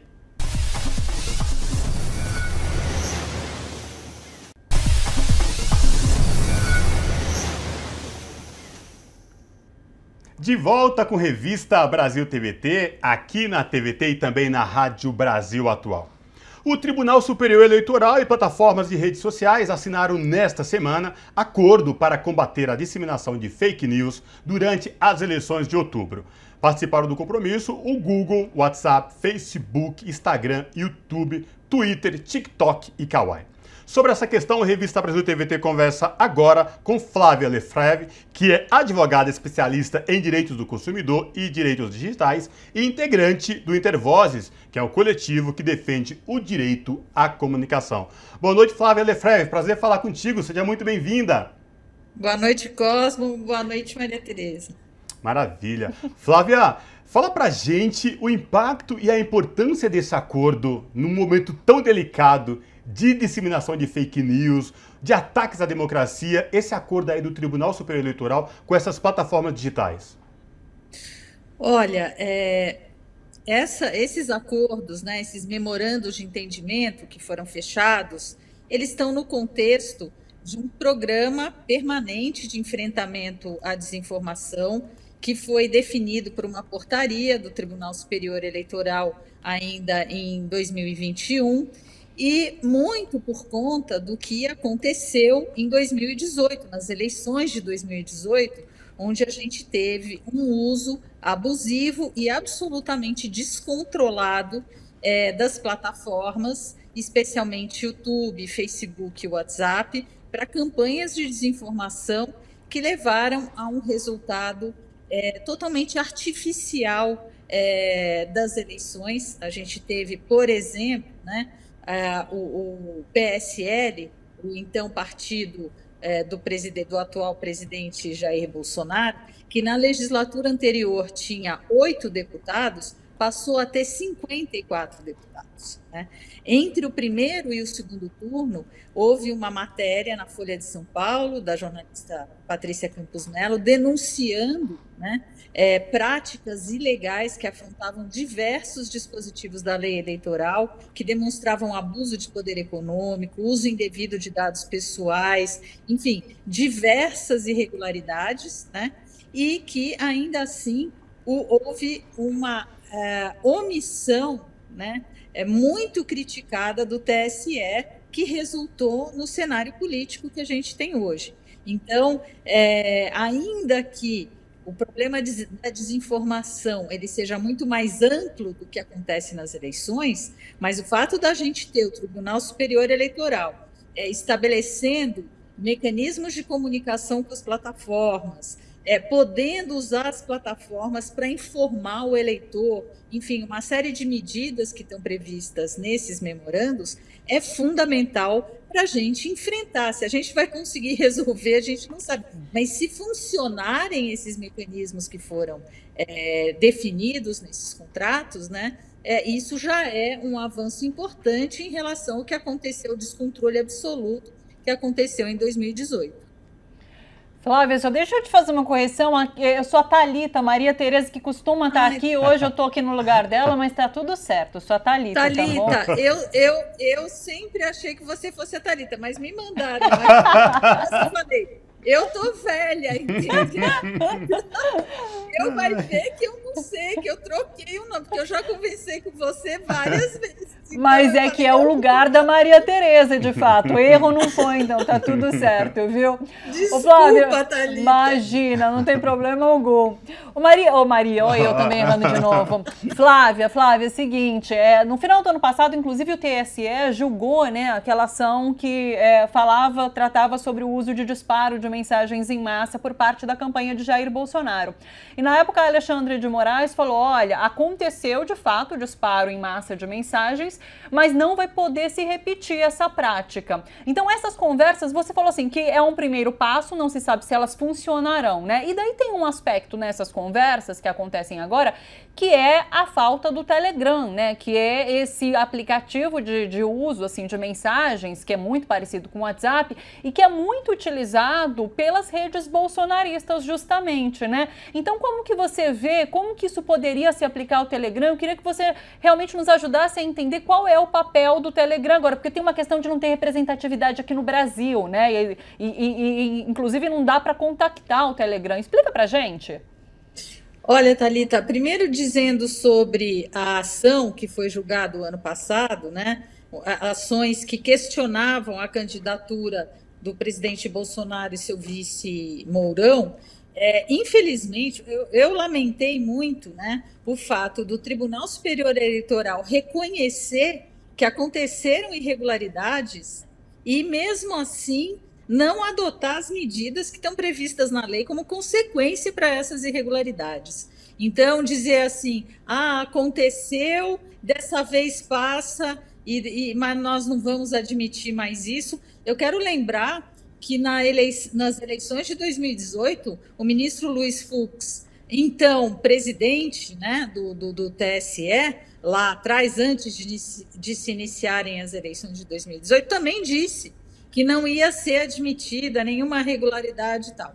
E aconteceu tudo isso. Então, por isso que eu digo, é muito importante que o Tribunal Superior Eleitoral, o Ministério Público Eleitoral, os tribunais regionais eleitorais, eles deem consequência não só ao que está nesses memorandos, né, de entendimento com as plataformas, mas também o que está previsto na lei.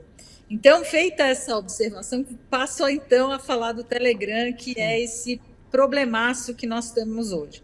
Por que problemaço? Porque a gente está falando de uma plataforma que presta serviços hoje para mais de 50 milhões de brasileiros, não é pouca coisa, né? É uma parte significativa do universo de eleitores no Brasil.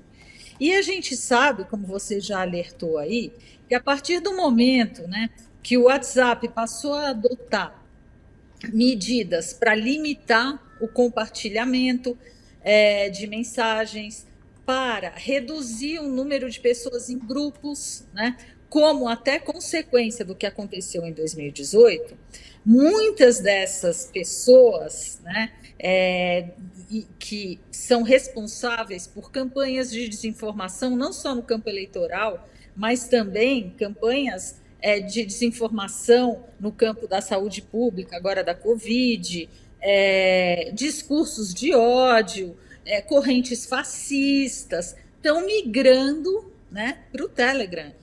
Isso aí é um fato já identificado por todo mundo.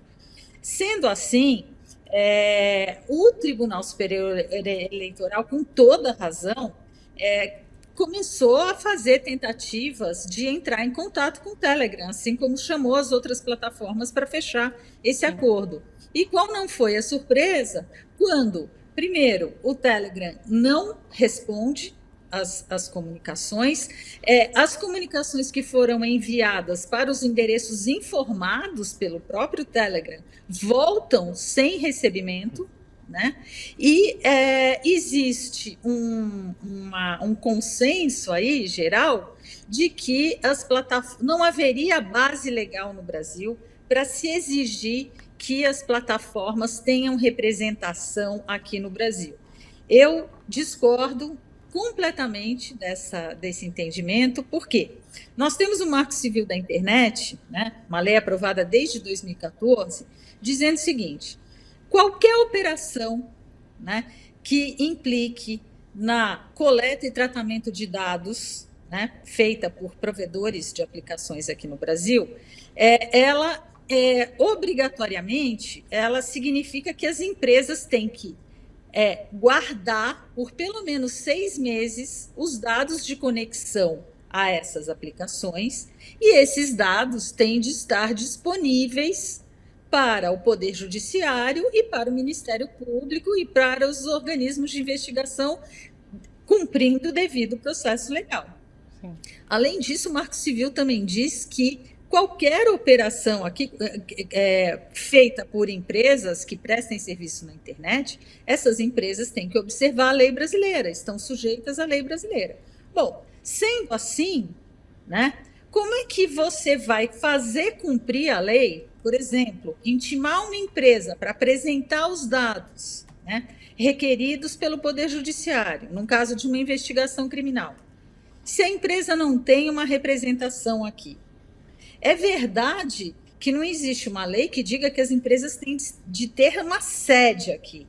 E isso, inclusive, é objeto do projeto de lei agora que está em debate, né, o 2630, tratando de responsabilidade, transparência e liberdade de expressão, conhecido como o PL das fake news, né, está sendo chamado assim, que já poderia ter sido aprovado, e lá tem a previsão expressa de que as empresas que preencham determinados requisitos obrigatoriamente têm de ter sede no Brasil, o que é plenamente razoável. Não dá para a gente imaginar que uma empresa venha aqui prestar serviço para 50 milhões de pessoas, para desempenhar um papel fundamental no debate público, né, de ser um palco de debate político, de formação de opinião, e não ter sede aqui no Brasil.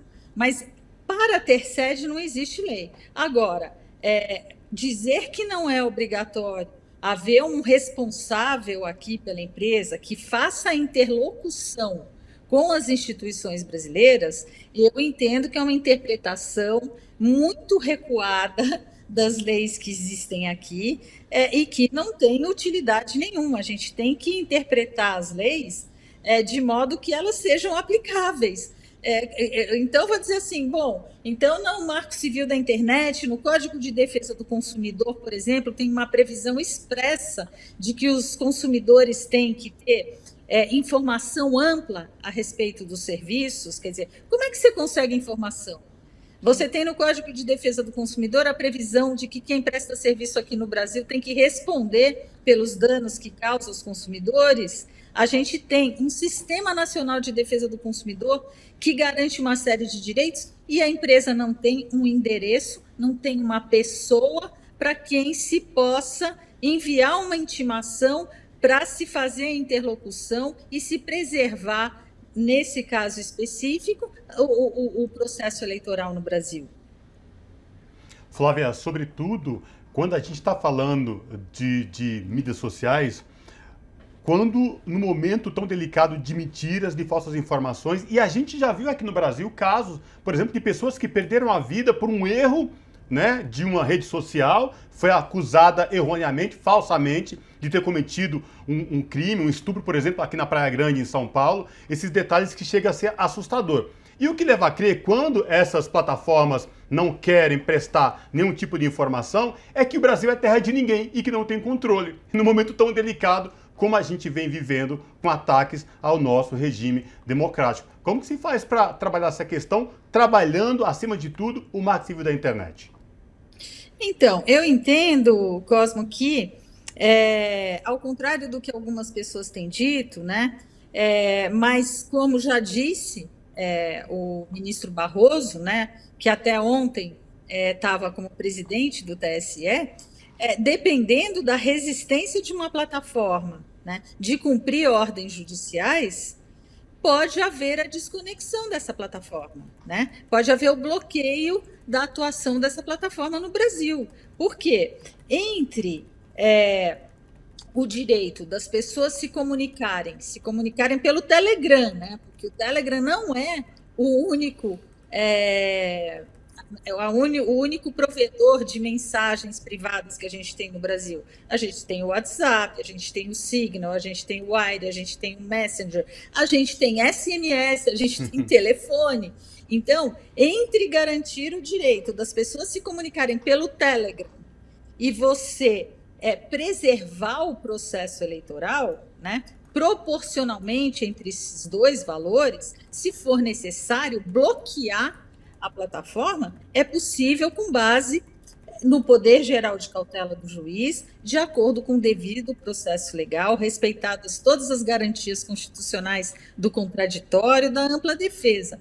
E eu diria que essa é uma hipótese que a gente tem de considerar, porque já existe manifestação pública do Pavel Durov, que é um dos principais representantes do Telegram, no sentido de que eles cumprem, sim, a liberdade de expressão, que o maior valor deles é a liberdade de expressão e que eles cumprem ordens judiciais que não violem a concepção deles, Telegram, de liberdade de expressão. Ou seja, como que você pode ter uma empresa que atua aqui dizendo assim, quem vai decidir se eu vou ou não cumprir uma ordem judicial sou eu, de acordo com os meus critérios, né? Então, a gente está diante de uma questão de soberania também.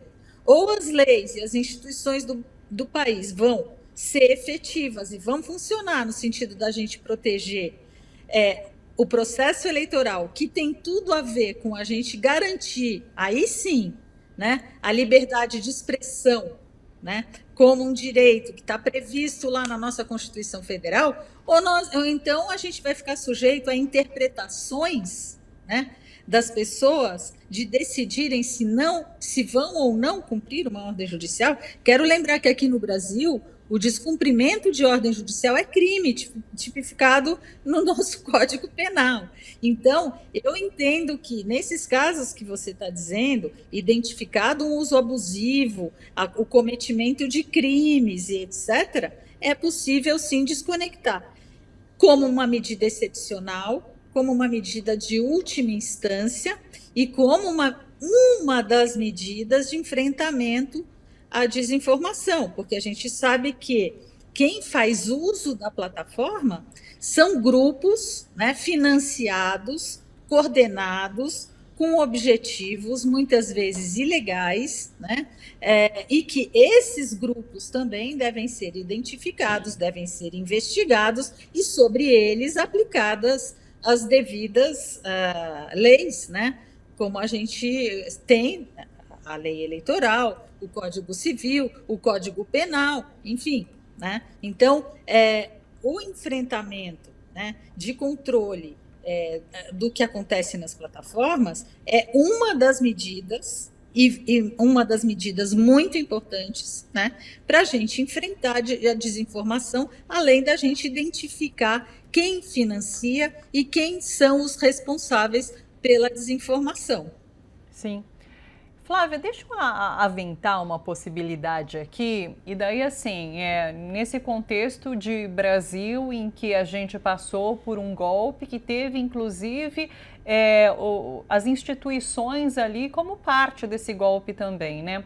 Em 2018 a gente teve o disparo de massas, né? E o TSE julgou no final do ano passado, então, conforme você já trouxe pra gente, daquela forma, passando um pano, né? Olha, dessa vez aconteceu de fato, mas numa próxima vez isso não vai ser permitido.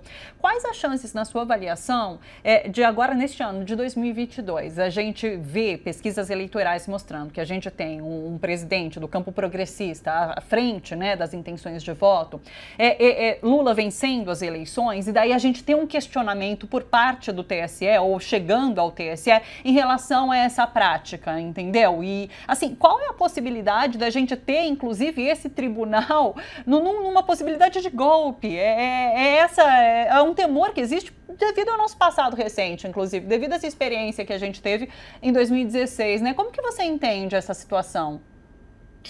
Thalita, é um temor muito justificado, especialmente porque a gente sabe que hoje o Tribunal Superior Eleitoral, assim como o Supremo Tribunal Federal, sofrem interferências dos militares, né? O que vem se mostrando desde antes de 2018. Então, este temor, né, é um temor que se justifica, né? Mas é esse o momento político que nós temos hoje, e por isso é tão importante, né, que alguns cuidados sejam tomados.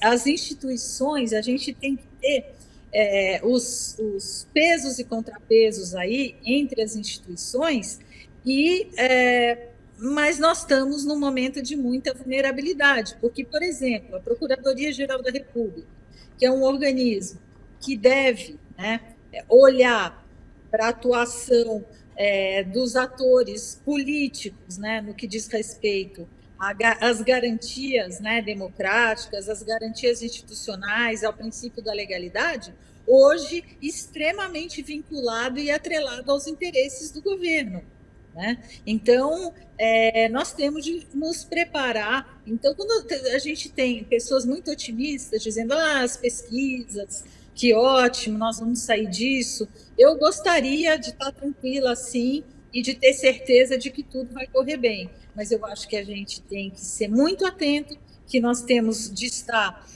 vigilantes desde já. A gente não deve esperar, né, chegar o período propriamente dito pré-eleitoral, a partir de maio, junho, né? Mas a gente deve estar de olho e atento e cobrando das instituições, né, que cumpram o seu dever institucional. E aí eu queria colocar um outro aspecto, que é o receio que a gente tem que ter, não só de as instituições não funcionarem, mas com relação às plataformas, né? Ainda que nós tenhamos hoje esses memorandos, a gente tem outros aspectos da atuação das plataformas, né, que estão fora de controle destes memorandos. Então, vou dar um exemplo, né? Em 2017, o Google informa, né, ao público que adotaria práticas algorítmicas no seu mecanismo de busca para rebaixar o alcance de o que ele chamava notícias de baixa qualidade e teorias da conspiração, né? Por conta disso, o que aconteceu? Sites progressistas, site de esquerda, tiveram um rebaixamento de visualização, de acesso significativo.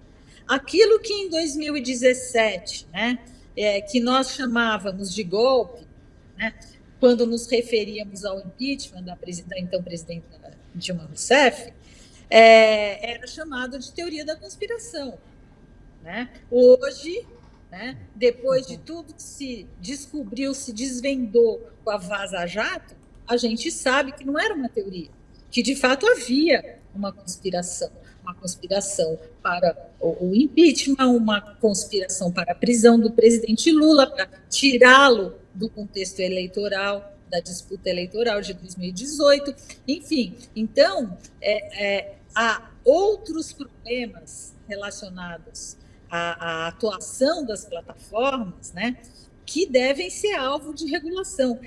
Existe muito pouca transparência com relação às práticas algorítmicas adotadas por essas plataformas para o gerenciamento dos conteúdos que são postados nessa plataforma, né? A gente tem pesquisas mostrando que canais verificados no YouTube, por exemplo, de poderes legislativos da esfera federal, estadual, municipal, a pessoa assiste um vídeo desses canais verificados e o sistema algorítmico de recomendação joga a pessoa para o Mamãe Falei, por exemplo, para o Terça Livre, para o Brasil Paralelo e coisas que tais, entendeu? Então, a gente tem que entender que, além que as eleições estão ameaçadas para além da omissão de instituições, de entidades governamentais que devem atuar nesse setor, mas também porque hoje a gente enfrenta um cenário de desregulamentação, de desregulação, né, da atuação dessas plataformas, que deve ser objeto de muita preocupação, e por isso é que nós, do Intervozes, da Coalizão Direitos da Rede, temos insistido tanto na importância de aprovação do projeto de lei 2630, que já passou pelo Senado, agora está na Câmara dos Deputados, já foi bem melhorado, né?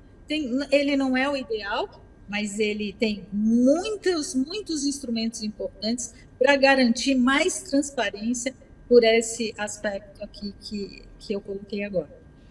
Para além das várias batalhas que a gente tem para fortalecer a nossa democracia, a gente tem os algoritmos contra, né? Então é muito difícil. Eu entendo como um dos principais desafios desse processo eleitoral que a gente vai ter esse ano, essa questão dos aplicativos e de como tudo isso vai funcionar. Flávia, agradeço imensamente pelas explicações, por esse panorama importantíssimo que você traz aqui para a gente, viu? Muito obrigada, um abraço para você e até uma próxima. Eu que agradeço em nome do Intervozes. Obrigada, Thalita, obrigada, Cosmo, e boas eleições e saúde para todos nós. Verdade. É isso, um bom ano, né? Obrigada. Essa é a Flávia Lefreve, advogada especialista em direitos do consumidor, direitos digitais também, e ela integra o coletivo Intervozes, é o coletivo que defende o direito à comunicação. Pessoal, recado para vocês. Olha só, a gente está com um financiamento coletivo neste momento, que é o catarse.me/TVT, para a criação de um aplicativo de streaming da TVT. Esse aplicativo você vai poder baixar em qualquer lugar, na sua Smart TV, no seu computador, e vai conseguir acompanhar a programação ao vivo da TVT, que vai para a TV, neste momento, só para a capital paulista e região metropolitana de São Paulo. E por que é importante ver a programação ao vivo da TVT? Porque a gente tem conteúdo diferente do que vai aqui para as redes sociais. Então tem filme, tem muito filme bacana, tem programas de TVs parceiras, e esse conteúdo só fica ali na nossa programação ao vivo, muitas vezes por conta de direitos autorais, a gente não pode transportar para as redes sociais. Então é por isso que a gente quer criar esse aplicativo de streaming da TVT, para que você possa acessar de qualquer lugar do Brasil e do mundo, né? Para isso, se você quiser colaborar aqui com a gente, com esse projeto de democratização da comunicação, acesse catarse.me/TVT e contribua. Você pode participar ali, são várias as formas, aliás, tem o nosso aqui. Nosso QR Code, você coloca a câmera do seu celular, ela vai te direcionar para a nossa página no Catarse. Tem tudo explicadinho, as formas de contribuição, os valores de contribuição e também as informações sobre como funcionaria esse aplicativo que a gente quer muito criar, né? Então é isso, para que a TVT chegue cada vez mais longe e em outras regiões, em outras partes do Brasil. Eu sei que tem muita gente de todo o Brasil e de fora do Brasil, inclusive, que acompanha aqui pelas redes a nossa programação, e a gente quer que o nosso conteúdo da TV chegue também para você. É isso, né? É isso mesmo, Thalita. A gente quer e vai chegar longe em 2022. E agora a gente chegou no nosso momento cultural, porque hoje é com o artista Armandinho Macedo, guitarrista e compositor baiano, em linda interpretação instrumental para o clássico Bolero de Ravel, obra escrita originalmente para um balé pelo compositor francês Maurice Ravel, de 1875 a 1937, data em que ele viveu. Vejam que performance, arranjo e capacidade de improvisação do Armandinho, assim como do percussionista que o acompanha nesta apresentação. Se liga só.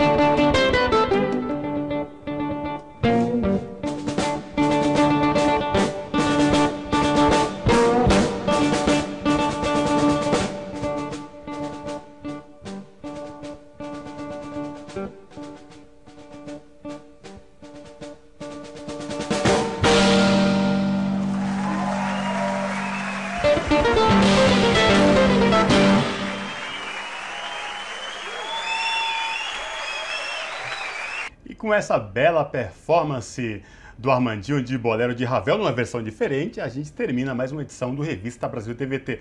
Thalita, obrigado, viu? Sempre um prazer ter você aqui com a gente. Valeu, Cosmo. Boa noite para você e para todo mundo que nos acompanha agora. Pessoal, a pandemia ainda não acabou. Quem puder ficar em casa, fica. Quem não puder ficar em casa e tiver que sair, máscara e álcool em gel. Boa semana. Tchau!